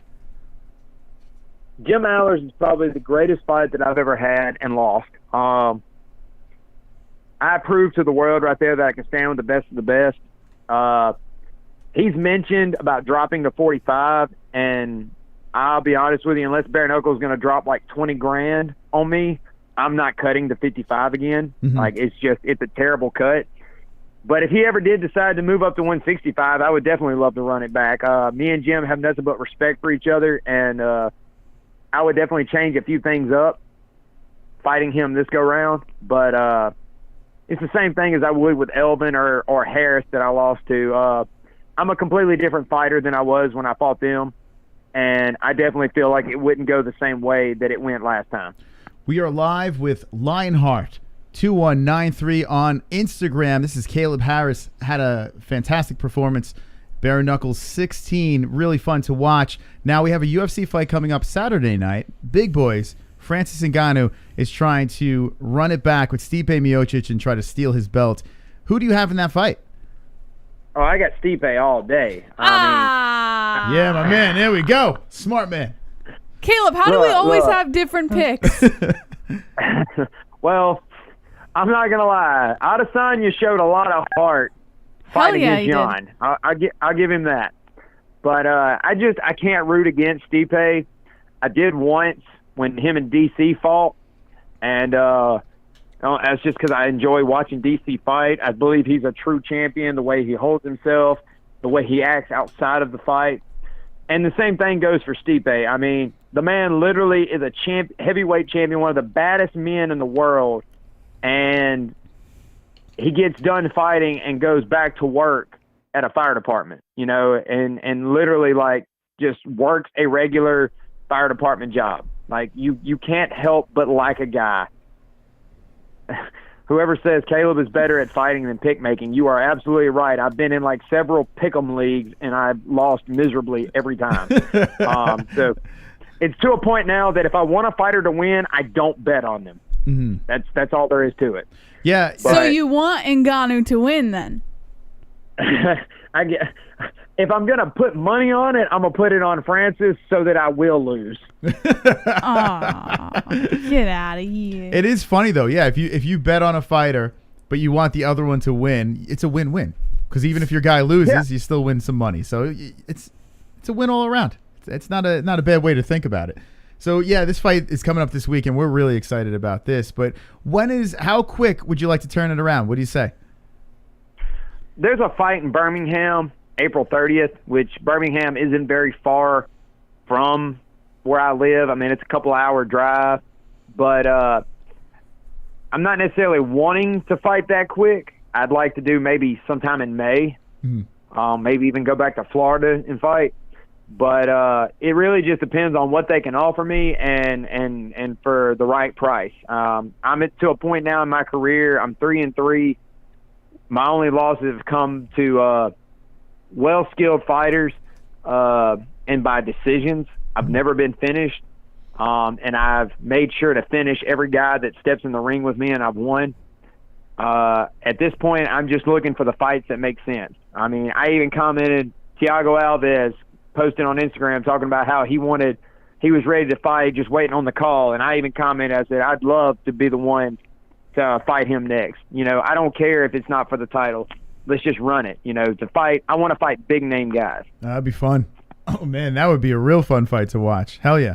Well, I think that you will remain undefeated as a pussy slaying champion. That's what we're going to call you now, Kaleb, because I'm telling you what, I would never want to get across the cage from that man that is getting the tang. You know what I'm saying, Jesse? Yeah. He's a different man. He is a different, and I love the fact that you had the flag in there again too. We had a little bit of an emotional moment with that, the suicide prevention flag. Would you like to do a shout out to that right now? I would. To anybody that might be listening to this, I want you to know that if you have thoughts of suicide, if you deal with anxiety on a daily basis like I do, or if you deal with depression, I know it can seem like the world's going dark on you, but I promise you there's a light at the end of the tunnel, but you're only going to get there if you keep moving forward. You are not allowed to quit in this world. I want you to know right now that I am a bare-knuckle fighter that has fought some of the hardest fighting guys in the world, and there's nights where I feel depressed, where I deal with anxiety, and there's just days where I need somebody to talk to. It's okay, especially for men. We've got to break this stigma of men are these strong machines that don't have any emotions. No, we do, and you guys need to talk to somebody, whether it's a friend, a therapist, whoever it is.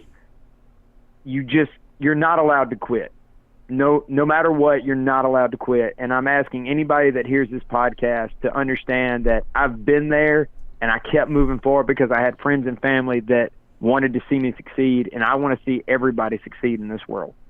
I made it a promise to myself, Caleb, that I would not play the sad music. I'd let you get through this one because that was so... Because he was so rude the last time.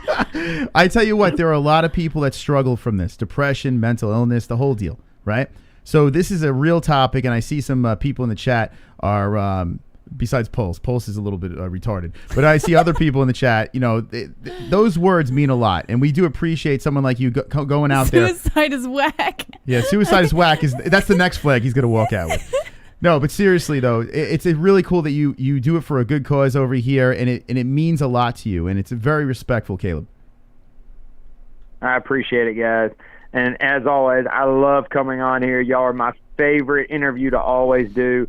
I hate that, like, I literally, I just because I wanted to see the chat, I had to pull up on YouTube and watch the chat as I'm talking to you guys, because I love interacting with everybody. I love everybody messaging me, you know, from day one of getting on here, where y'all gave me trash for being from the South and everything else. I've loved the MMA-Holes since day one, and I just always enjoy being on. Hey, we're ride or die Caleb Harris fans. No matter what, win or lose, we're there for you, Caleb, and we're really happy for you. Seriously, we're happy that you're in love, we're happy that you're winning, and we can't wait to see you snatch that belt.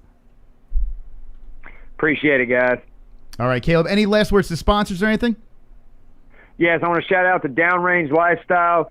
Guys, if you don't know who this company is, they are a group of veterans from across the pond that hit me up. They believe in pushing themselves to their limits and then past that point.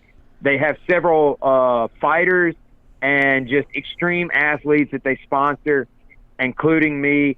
If you could, go give them a check out and, you know, maybe buy some gear from them. You know, the COVID has hit them really hard, and I want to support. I don't care if you're not an American veteran. The fact that you are willing to lay your life on the line for your country, you earn my respect, period.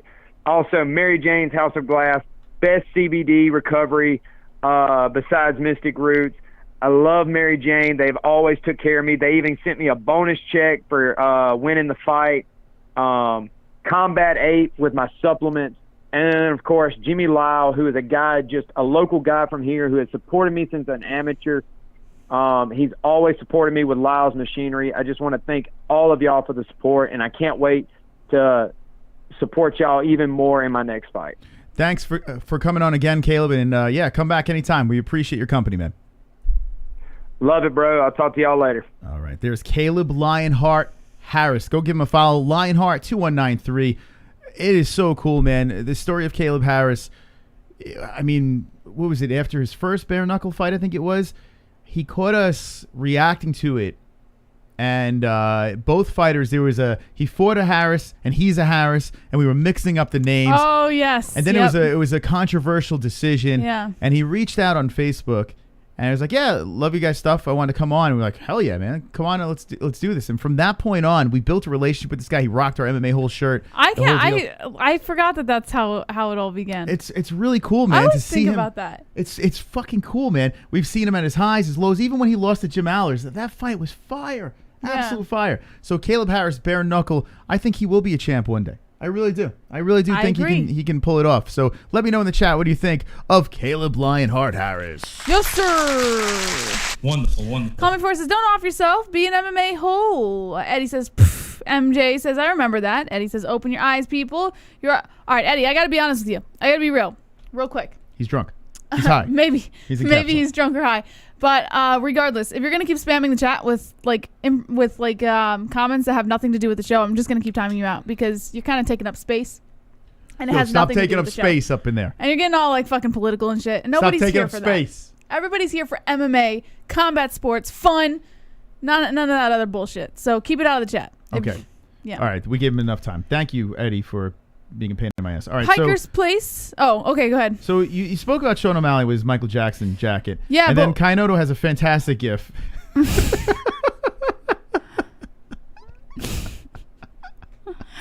I didn't get into what he said. Yeah, you didn't really get to what he said. But that gif is hilarious. Wonderful, wonderful. TheMMAHoles.com. I wonder if Kaleb has ever been to D'Iberville or Darbone, Mississippi, or if he's ever been to Harris or Boomtown nor the Bo Rivage. Also, has anyone here tried Poria's hot sauce? No, Black not question mark. What's Shit. it like? I like Frank's Red Hot. Put that shit on everything. Frank's is good. But Frank's Red Hot Buffalo, right? Not the regular Frank's Red Hot. I don't like the regular Buffalo sauce, yes. Yeah, the Buffalo. The other, I don't know if Kaleb is still watching, but if you could answer those questions, I'm curious. Was it to Barreville or Darborn? How you say that? I don't know. Mississippi? I don't know. Boomtown? Not sure. All right, let's get back to Michael Jackson O'Malley. So if you're looking to win some extra cash this upcoming weekend, don't bet on Sean O'Malley to defeat Thomas Almeida at UFC 260 live on ESPN Plus pay-per-view from Las Vegas. This is according to O'Malley himself, who is instructing fans to exclude him from their combat bets.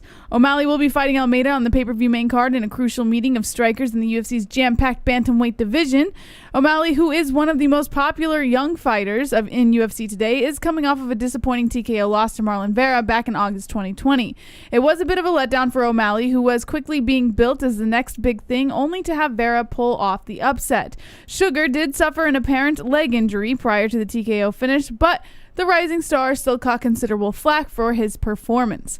Leading into UFC 260 and coming off the first loss of his professional career, O'Malley is telling fans to keep him out of their bets this weekend. After seeing the ridicule O'Malley received after his loss to Vera, it's hard to disagree with his stance. He said this. He said, I would tell you guys to bet on me, but I said that last time and I still get messages from people saying I owe them $1,000. So don't bet on me. Bet on Thomas. Bet on Thomas to win. There you go. Now, Moss, I have to be real here. He said he's still getting messages from people saying that he owes them $1,000. And then he follows that up with, so don't bet on me. Which sounds like he's going to fucking flake out in this fight and have some pussy-ass excuse again. What he's trying to make it look like is reverse psychology, but he's doing damage control before he even loses. But it just makes it sound like he knows he's gonna lose and have some pussy excuse again. Jess, this is the card of the underdogs. I might go the top three. I might pick all unders. I might do it, Jess. Miocic, Woodley, and Almeida. I might go for it. I might go fucking crazy on this card and just make it underdog city. Now, Sean O'Malley should beat Almeida, but people forget Almeida was someone. Does Almeida not look like the fucking things running around in that Will Smith movie? What the fuck is it called? Holy shit, he looks like that guy. Oh, the vampire-looking thing. Yeah, well, you know the movie I'm talking about. Yeah, we just watched it. The fuck's the name of it? Oh shit, what was it called?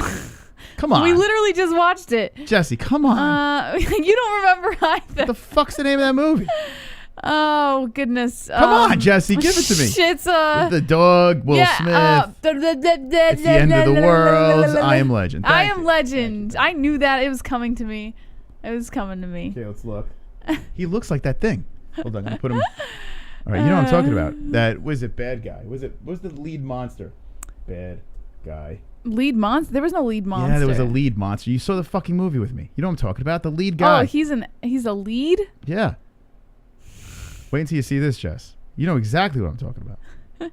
Okay, you ready for this? Yeah. I tell you what, This should be spot on. This is wait until you see this, boys and girls. This is actually very good. Wait until you see this. I bring the content. Okay, here we go. Okay, see? Tell me that's not fucking Thomas Almeida. What the fuck? I think that he was fantastic in I Am Legend. That's great. Right? Yeah. What the Tapology? You're not fooling anybody. Dude's the fucking monster in I Am Legend. Yeah. Damn, man. Oh, God. Okay. I'm picking the I Am Legend guy. That's what I'm going with. I Am Legend. I think I'm going to do that. Yeah, I don't blame you. So should we listen to Sean O'Malley, not pick him? Are we going Tyron? Are we going Stipe and O'Malley, going all unders? I mean, I'm going Almeida anyways, no matter what. But yeah, how could you? Yeah, you're going Almeida? Yeah. Well, you were picking O'Malley. What? No, I never said that. Wait a second. You were picking Sean O'Malley. When did I No ever way. say I was picking O'Malley? Are you really picking Almeida? Yeah, I never once said I was picking O'Malley. Because he was in I Am Legend. Yes, because he was an I Am Legend. All right, who are you picking in the chat? I Am Legend or O'Malley? I'm going with I Am Legend 2, says Frumptious Snowman. 2 Joint says, get out! Brewster says Almeida is not beating O'Malley, Moss. Jamie Schwinn says, looks like man riding horse. Jumanji says, will Suga ever finish the fight? I Am Legend or O'Malley? Who are we picking? Blips and Chip says, I Am Legend. CN says, O'Malley. I Am Legend gonna eat his liver, says Uncle Gozarian. Cool Breeze says, Iron Legend. Bobby Cratchit says, O'Malley going to moonwalk all over Almeida. Wonderful. Dustin Poirier's hot sauce tastes like the hot sauce at Popeyes, but a little more flavor. Also, have you seen the alternate ending to I Am Legend where the zombies smooch each other? You know, I was telling Jesse, apparently they're vampires. I was telling Jesse that there was an alternate ending and I did not see it. So I would like to see that alternate ending. If someone could put it on the MMA-Holes.com, I would watch it immediately after this. But thank you, DVSV. So they made out? I got to see that. All right, so I Am Legend or Sean O'Malley. Who we got? Who we got in the chat? Thomas has a suspect chin taking O'Malley in this one. Sweet and Low Show. I got O. O'Malley mentally ruined. Joints you own properties. I am an O'Malley fan, but I like dude. Wait, but like dude, the guy is fighting a guy on a 3-fight losing streak. What the fuck? Don't be fooled by the 3-fight losing streak thing. All the media asked Sean, how you going to stop the kicks? Yeah. So is that what they were asking? Sean O'Malley does have, he's got the Conor McGregor legs. So I got to check Super chat. I got to check the media scrums. Sean O'Malley round 2. Sean O'Malley, my leg, round 2. Okay. There's the glove touch. Thank you, glove touch. And thank you, everyone, for donating tonight. Really appreciate that. Going back into the chat over here. I got the cure. I want to see O'Malley make a comeback. We need a good show in UFC. Yeah, you know what? O'Malley bouncing back would be very good for this sport. Another reason why you might want to pick against O'Malley, and let me take this guy's face off. Another reason is all the hype trains are stopping. Think about it. 2021 is not the year of any sort of hype train, superstar-esque type fighter. It's not the year. The Kevin Hollands, the Adesanyas, it's not happening. The Conor McGregor's not happening. So that means Ngannou's not going to win. That means O'Malley's not going to win. It's just the year of 2021, Jesse. What do you think about that? Yes, sir. Okay. Next story. All right, Dan Hardy hopes to reconcile with the UFC. He's concerned Dana White has a false perspective of him now. Oh, God, this guy's getting me triggered, man. According to Farrah Hannon of MMA Junkie, Dan Hardy hopes his time with the UFC hasn't concluded for good. A longtime color commentator, Hardy was recently relieved of his duties after getting into a disagreement with one of the company's employees during his time on Fight Island in January. He was also involved in an incident with referee Herb Dean in July, which Hardy thinks also played a factor in his release. But Hardy's departure from the UFC has left a bitter taste in his mouth. The former welterweight title challenger, who has since apologized for the Abu Dhabi incident, thinks there has been a misconception of what really happened, and hopes UFC President Dana White hasn't been given the wrong impression of him. He also said he's open to returning to the UFC fold one day and wants to patch things up with the promotion. He told Submission Radio, quote, "I love the UFC. I always will. I'll always be a huge fan of the UFC, and it's been a big part of my career and a big part of my life, and I owe a lot to this place that I'm in right now, sitting talking to you guys, and I'm forever thankful for that. And I have nothing against the UFC or Dana or anything like that. Of course, if they called me up and they're like, hey, parachute in on a Union Jack flag for UFC 261, I'd be there in a heartbeat. It's just a weird place because I just kind of don't know exactly what's happened. And my concern is that Dana has got a perspective of the situation that's not true. And that's what concerns me more than anything. Like, I could not sit octagon side ever again as long as Dana doesn't have this misconception of who I am, because that would really frustrate me." Damn, I was looking for the fucking song. I couldn't find it in time, guys. Sorry. I was trying to find the fucking... Where did I put the song? Where did I put Kevin from Chicago, Justin Jr. song? Oh, the wrap it up song. Yeah, I was trying to wrap you up there. Where the hell is it? Oh, there it is. Shit, I just found it. All right, start talking about him again. Let me play the song. There's nothing more to really talk about, to be quite honest. Damn it, man. Damn it. I fucking dropped the ball. Sorry, guys. So, I'm not going to lie. I was taking a piss while you're talking about him. He basically is just worried that Dana White has like this weird misconception of him and that he'll never have the opportunity to rekindle the flame with the UFC because of the lies that he believes Dana White is believing. Let's talk about the nice words that Caleb Harris said to us. He said some very nice things about our show. Okay.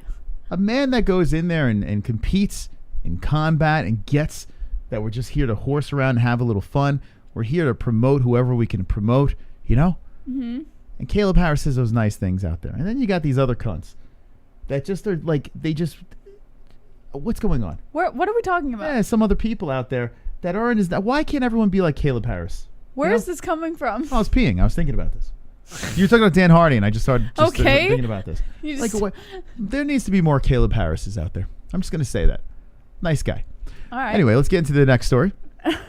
Okay. Khabib has been pulled from the UFC rankings. As we all know, Derek Brunson cracks the top 5 in the latest update. Are we all done with Khabib? I mean, I think you're even done, right? This is it. This is done. He's been pulled from the UFC rankings. He's a coach now, right? Cracks the top 5, yeah. He's rolling around with Luke Rockhold all over the place. I like that. Yeah. And here we go. Now it's time for Coach Khabib. Yeah. Okay. So next time he's in the headlines, it should be about his coaching and not so much his fighting. Two Joints is saying I'm becoming a softie. Meanwhile, he had the temper tantrum the other day. That is true. Two Joints? You did rage post. Two Joints? Which is not very MMA-Hole-esque. Two Joints? Shame. Yeah, so Khabib, what about Bruce Buffer? He was on Mike Tyson's hot Topic. Yeah. And oh, Bruce. Oh, Bruce, what are we doing? Is that the name of the show? No. I love you, Bruce, but Khabib's not coming back. Great interview, by the way. Yeah. Mike Tyson's Hot Boxing was a very good interview. Let me know what the ones in the chat if you watched that. Bruce Buffer. I feel like all of Hot Boxing interviews are great. Yeah, they're awesome. They're just kind of chill. Yeah.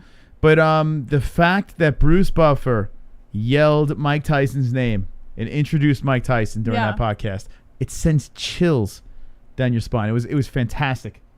The only thing that bothered me, and Bruce, I know you watch the show, you're a big fan of us, but do not sit on a couch ever again like that. I don't know what the hell you were doing. What was wrong with that? I sit like that. All right, I'll pull it up. What was wrong with that? No. Listen, he's a manly man. The guy has a martial arts background. Men can sit like that too. No, they can't. I don't know what the hell is going on. I have friends who sit like that. Because you have friends that sit like that does not mean it's acceptable.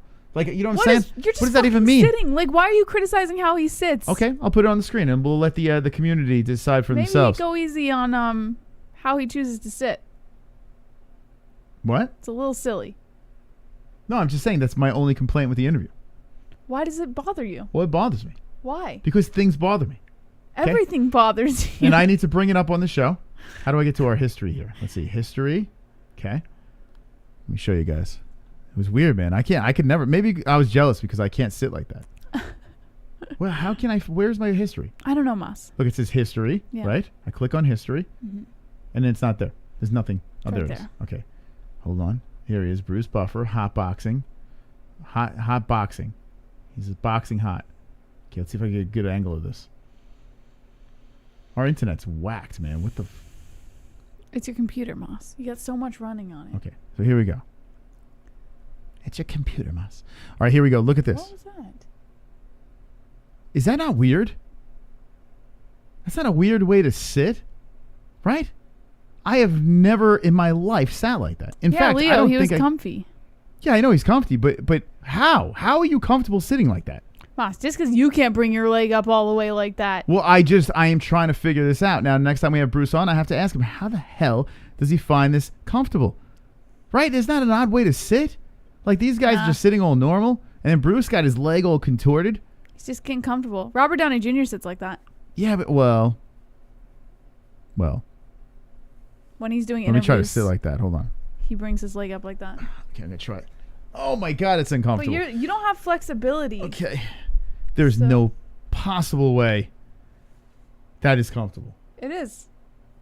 You're sitting both legs crossed. Sit like this. I where do your sit foot like that. is flat against the side. My God. That's not uncomfortable. But even if that was comfortable, right? Mike H says it looks painful too. Even if it was comfortable, isn't this like a weird place to be sitting like that? Now I can understand if you're watching a little movie. Nah. It's chilling. It's hot boxing. They're just chilling, you know? They're just living. It's a weird way to sit, life, man. You know? They're saying I need to stretch, but no, you're missing my point, guys. Well, but that's true too. He does need to stretch. I do need to stretch. I understand that. But when do guys sit like that? That's a weird way to sit.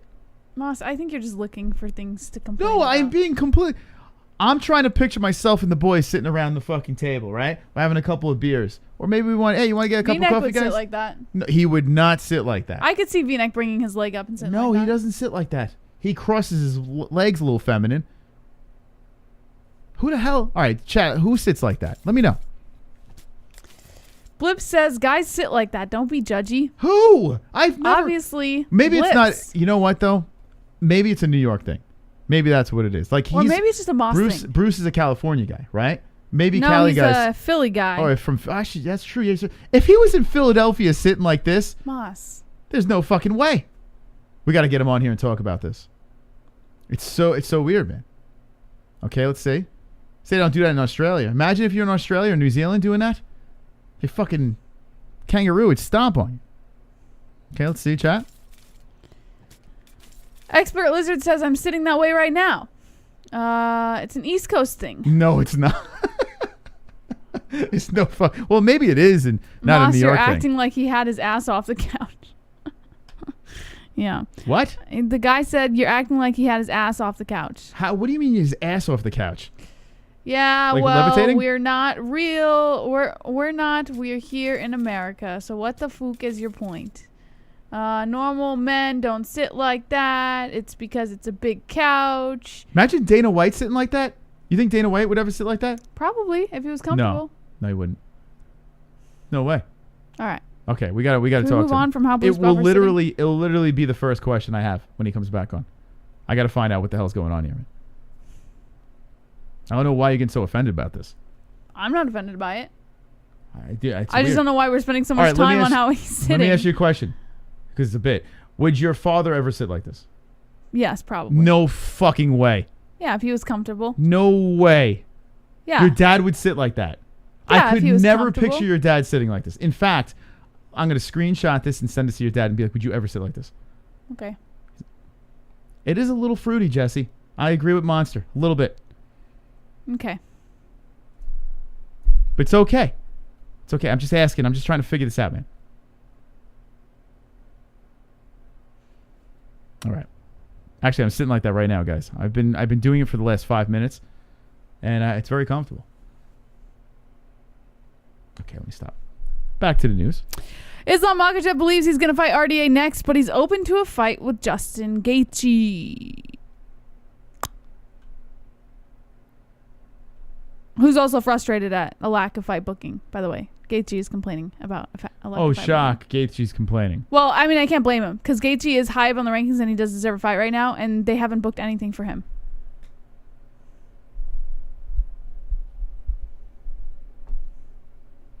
Wait for it. Wait for it.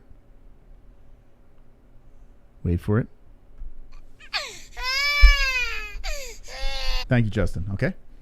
According to Jed Meshew of MMA Fighting, with Khabib now officially retired, the UFC's lightweight division is finally moving forward. That's good news for Nurmagomedov's own handpicked successor, Islam Makhachev, who ostensibly should have a clearer path to the title. However, in practice, that might not be the case. Following his win over Drew Dober earlier this month, Makhachev called for a fight with longtime Nurmagomedov rival Tony Ferguson, but Ferguson instead was scheduled to face Beneil Dariush. With that fight off the table, Makhachev has now turned his attention to a man he was previously scheduled to face, former champion RDA. But now RDA seems to have cooled on the idea, telling Makhachev he'd accept the fight with him after he won and got a rematch with Khabib. For Makhachev, he's not sure what caused this change of tune. He has shoes on, too, so he's dirtying the side of his leg. You know? All the dust on the bottom of his shoes are getting in the side of his leg. Okay, back to Islam Makhachev. Third-ranked Charles Oliveira will face fourth-ranked Michael Chandler to crown the new lightweight champion later this year. Top-ranked Dustin Poirier is seemingly locked into a trilogy fight with sixth-ranked Conor McGregor sometime this summer. And fifth-ranked Tony Ferguson is set to face ninth-ranked Beneil Dariush in May. Given all that, the state of the rest of the division, Makhachev believes rebooking a fight with RDA is a logical endpoint. The only other party not accounted for in the lightweight top 10 is former interim champ Justin Gaethje. Gaethje is currently the second-ranked lightweight, but has found himself on the outside looking in of the title conversation. Gaethje will need at least one win to get himself back at the title shot, and with how occupied everyone else is, perhaps Makhachev could make a huge jump up the rankings. He'd certainly be open to it if Gaethje was. Do you think Justin Jr. sits like Bruce Buffer? I don't know if Justin's in the chat, but would Justin ever sit like that? I don't know. I don't think about how a 13-year-old sits. All right. I'm just wondering. Here's Gaethje now. Yeah, so he's frustrated by the lack of the fight booking, saying maybe I pissed someone off. I don't know. But I really feel it had nothing to do with that. I think they just found better fights in the top of the rankings right now, and they just didn't have someone lined up for him. Wonderful, wonderful. Okay. DVSV. My 3 picks for the fights that matter are Tyron Woodley, Sean O'Malley, and Francis Ngannou. Okay. All right. So he's picking Tyron, Sean, and Francis. Wow. Okay. Thank you, DVSV, for the donation. Wonderful, wonderful. Papa J has structure and discipline in his life. He wouldn't sit slouched and bloated like Mr. Ginger Genius. Papa J also would rather eat rations from the Battle of 1912 than eat Crises Beyond burgers. It's true. Probably. That's actually all true. According to Damon Martin, Kenny Florian Moss joins the PFL broadcast team as a retired UFC veteran looks forward to new chapters in his career. What do you think? Is it me or is his head growing? Yeah, it's growing. What is he doing again? He's joining the PFL broadcast team. Okay. Like he's a it. smart guy. Yeah. Yeah, UFC kind of did him dirty. They're kind of like, hey, you're one of our guys. And then all of a sudden it's like, not so much. Head's too big. We can't fit the headphones on over it. So see you later, buddy. According to Florian, the opportunity to serve as a color commentator during fights again has definitely appealed to him for some time, but it really was just the perfect opportunity when this offer came along. During his fight career, Florian was a multi-time title contender in the UFC, and he was one of the first athletes to cross over into a broadcast role through various television deals with the promotion. He served as a color commentator for the UFC, as well as providing analysis during broadcasts when the promotion was working with Fox. Florian also served as a host on ESPN series MMA Live alongside current podcast co-host John Anik. While he fully intends on doing analyst work for PFL as well, Florian admits his enthusiasm definitely surrounds calling live fights again. Hello, Kenny.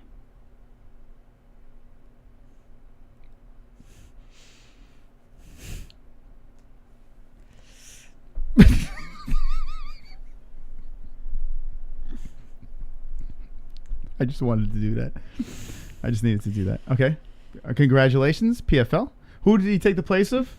Couture? He didn't take. I didn't see he took the place of anything. He's they already just got joining 3. as So a there's color 4 guys going to be there? I guess. Yeah, I guess. It was. They didn't make mention of him taking the place of anybody. Gotta a big mouth. Okay. Free agent Junior Dos Santos wants to fight Fedor Emelianenko in Bellator. What do you Yeah, think? let's go. I like that. I like it a lot. I think that's really fun. Yeah. Not really a story here. He wants to fight Fedor. He said he's a big fan of Fedor, and it'd be something really cool to be able to face him.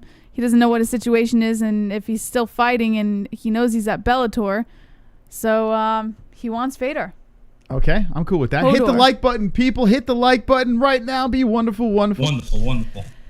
Well, last weekend's Bruno Silva versus JP Buys fight earned Silva a 4-fight deal following that knockout, according to Guilherme Cruz of MMA Fighting. Okay. What do you think? I don't care. Well, you're making so much fun of JP Buys' alien chest. Yeah, I don't. I mean, should I care? I mean, if he gets a 4-fight deal for a knockout, I have a feeling the UFC is going to try and grow him pretty fast. All right, what's the deal again? I wasn't paying attention. What was it? That's why you don't care. No, I honestly don't. But go ahead. Bruno Silva gets a 4-fight deal after he knocked out JP Buys. Yeah, I don't care.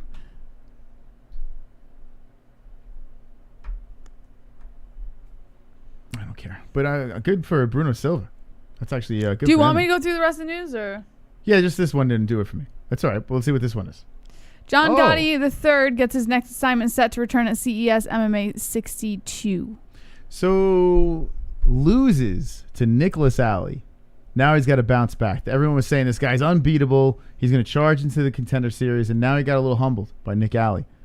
So who is he fighting? Is there any opponent? Yeah, he's going to take on Jared Chauvin. Does he have any ground skills, Mr. Chauvin? Well, it doesn't really go too far into that. Wait, what's his name? Hold on, let's look him up. Chauvin? In a welterweight bout, the promotion announced on Tuesday. How do you spell it? Jared. Hold on, let's go over here. Jared. And CHAUVIN.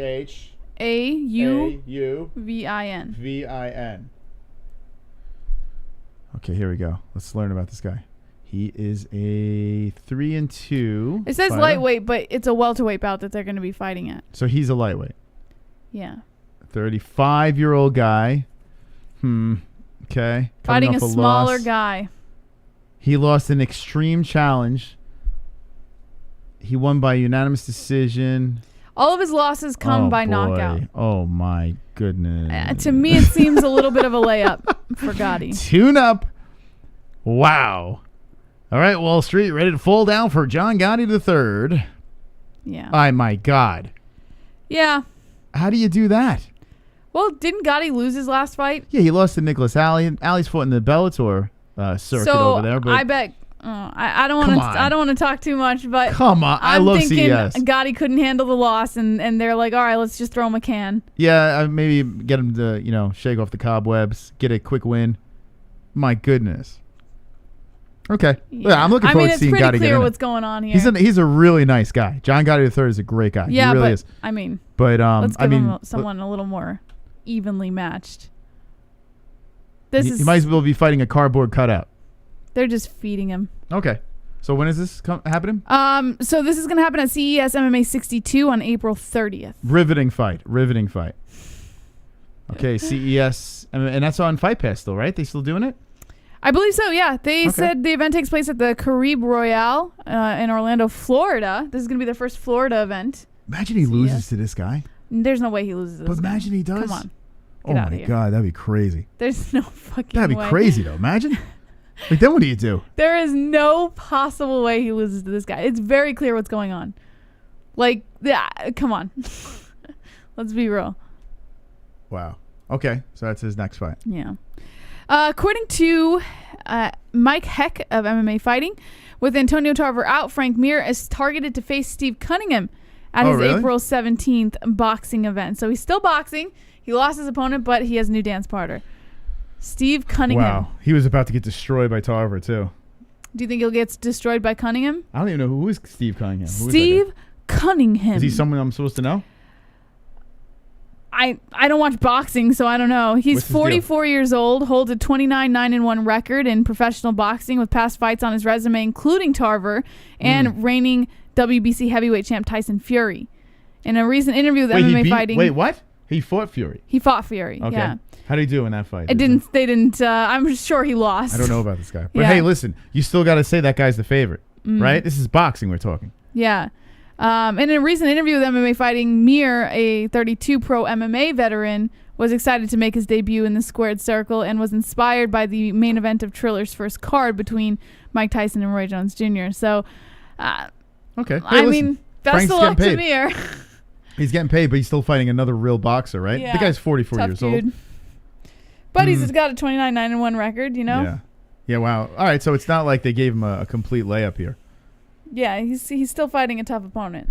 Okay, Frank, good luck, buddy. Meisha Tate is back in the UFC. Woo! Now, fun fact, I do not like Meisha Tate. I was never a Meisha Tate fan. Why not? But I was in there when she won the belt. I was in the building when she shocked the world. She was losing to Holly Holm and then dramatically gets the job done. Place went crazy. And I think, honestly, she was a little overrated, Meisha Tate, but she was a champ. So you got to give her credit with that. Her nemesis was Ronda Rousey. And now she's coming back against a girl that just freaking fought. Yes. Yeah, according to Steven Morocco of MMA Fighting, she's back to face Marion Hanaud at July 17th UFC event. It's making a comeback after 4 years in retirement. 4 years. Yeah, I didn't think she was coming back. Crazy. How old is she? Does that? She is currently... Do you see the picture with her and Francis Ngannou floating around the internet and everyone's just putting blacked? It's pretty fucked up. Oh, The is that internet what they're doing? Ruthless. It actually doesn't show her age in here, but I can't tell you off the top of my head how old she is. A person with knowledge of the booking confirmed the news to MMA Fighting following an initial report from ESPN. The July 17th event's location has not been confirmed. Renaud told ESPN the bout with Tate will serve as her retirement bout. So Renaud will be retiring after this fight, no matter what happens, win or loss. She will be out of the octagon there. That's a tough fight to pick. Yeah, the veteran. A Rusty Tate versus a Renaud who, listen, Renaud's what, 43 you said, right? 44, I believe. 44? Oh, damn. So she's 10 years her elder. I believe she's 44. Renaud has been active. So I still think Renaud's got to be the favorite, right? Yeah, I mean, I would pick Renaud just simply for the fact that Meisha Tate hasn't fought in the UFC for 4 years. But, I mean, stranger things have happened. This is a weird fight to me. So, I guess what better way to reintroduce Meisha Tate off of a 4-year layoff than to give her the 40-some-year-old They should fighter. have Tate fight BJ Penn. You know? Have Why? those two. Why? Yeah, BJ versus Tate. Who would win? Have them both come back? Or Meisha versus Uriah Faber? What do you think about that one? Yeah, I like the Faber one. You like Faber, Tate? Yeah. Okay. All right. Last but not least, William Knight out of UFC 260 due to COVID. Alonzo Menafield will now be meeting Fabio Charant. We covered this a little bit in the beginning of the show. Poor William Knight. Yeah, he's bummed, man. He's bummed. But he has another fight. It's going to come up. Unfortunately, he's just not going to be on this card. Big card, too. The April card, is that the pay-per-view? Oh, I don't think it is. I think it's a fight night, right? April? Yeah, he's on an April. So they moved him. Oh, they pushed him back? Yeah, he's got another opponent. Yeah, April 10th, he'll fight Da Un Jung in place of Shamil Gamzatov, who has withdrawn, which is the UFC Apex in Las Vegas fight. So I'm under the impression that is a fight night, not a pay-per-view. What is this? Hold on. There's a tweet that popped up. Oh, our landscaper popped up too. Remind me to respond. But there was a Luke Thomas tweet that popped up on my feed over here. Let me see. It might be breaking news. Let's see. About a card being cursed. Let's see. Wait, what the fuck? That's weird. No, okay. I thought there was a breaking story. Nope, nothing. Yeah, so I'm bummed, man. I really wanted to see William compete on a big card, main card, pay-per-view, mega, monster fight with Ngannou rematching Stipe. Yeah. It's a bad break. But maybe, who knows, this might be a blessing in disguise. You're a blessing in disguise. I sure am. Okay, chat. Well, listen, that's the Wednesday show for you. We have a second channel called Not the MMA-Holes. If we do stream tomorrow, it would be there. But Friday, we'll be back on this channel, fooking off. And then Saturday night, we'll be live for UFC 260. There's a link pinned in the live chat. Make sure you click it. We ordered our pay-per-view through that link. I urge you to do the same. If you're watching the fights and you want to pay for the pay-per-view, do it through our link. It helps us out tremendously. Or if you want just ESPN Plus or whatever, Hulu, do it through our link. The MMA-Holes.com, Jesse. What's going on over there? Did we win on the ratings war? Yes, sir. Wow, we defeated Megan Anderson. Woo! We have slayed Megan Anderson tonight. And Sean O'Malley bowed out, so we are champions in the ratings wars. This website... Typical Sean O'Malley bowing out. Yeah, he hurt his leg. But yeah, this website is going to just grow more and more. You're going to find more live channels on here, MMA content. We got some other combat sports content. In the middle of the night, if you want to watch some sumo wrestling, you can't go to sleep, we got that over here too. You can check that out. We also have the community section. Go over here and make some friends. Talk some MMA, talk some shit, have some fun. This drop-down page, very useful. When you click on your icon, that's how you can find the members on the website. You can check out your profile, your timeline, and if you want to see what everyone is writing, you can just go to the chat room over here, and then it'll pop up all the threads from the entire community. Seems like it's running nice and smooth. Here's our people over here. What we're going to do eventually is have, at the end of every show, we're going to do recap sections over here. We'll go to the MMAHoles.com and see your memes, comments, the whole damn thing. Mm-hmm. So that's that, and JBH, let's get out of here. Thank you so much to all of our sponsors. Ballsy, ballwash.com, link in the description, promo code MMA-Holes, 20% off. Head Rush, link in the description, promo code MMA-Holes, 20% off. Sorry, Ballsy is 15% off. I got that wrong. Lux Bidet, link in the description, 10% off at checkout. And MysticRootsCBD.com, promo code MMA-Holes, 20% off. And don't forget, buy your pay-per-views. UFC 260, buy it ahead of time so you don't run into any issues on the night of the fight. We bought ours. Link in the description, ESPN Plus. That's how you watch. Thank you guys for your continued support. And as always, don't be an a-hole. Be an MMA-hole.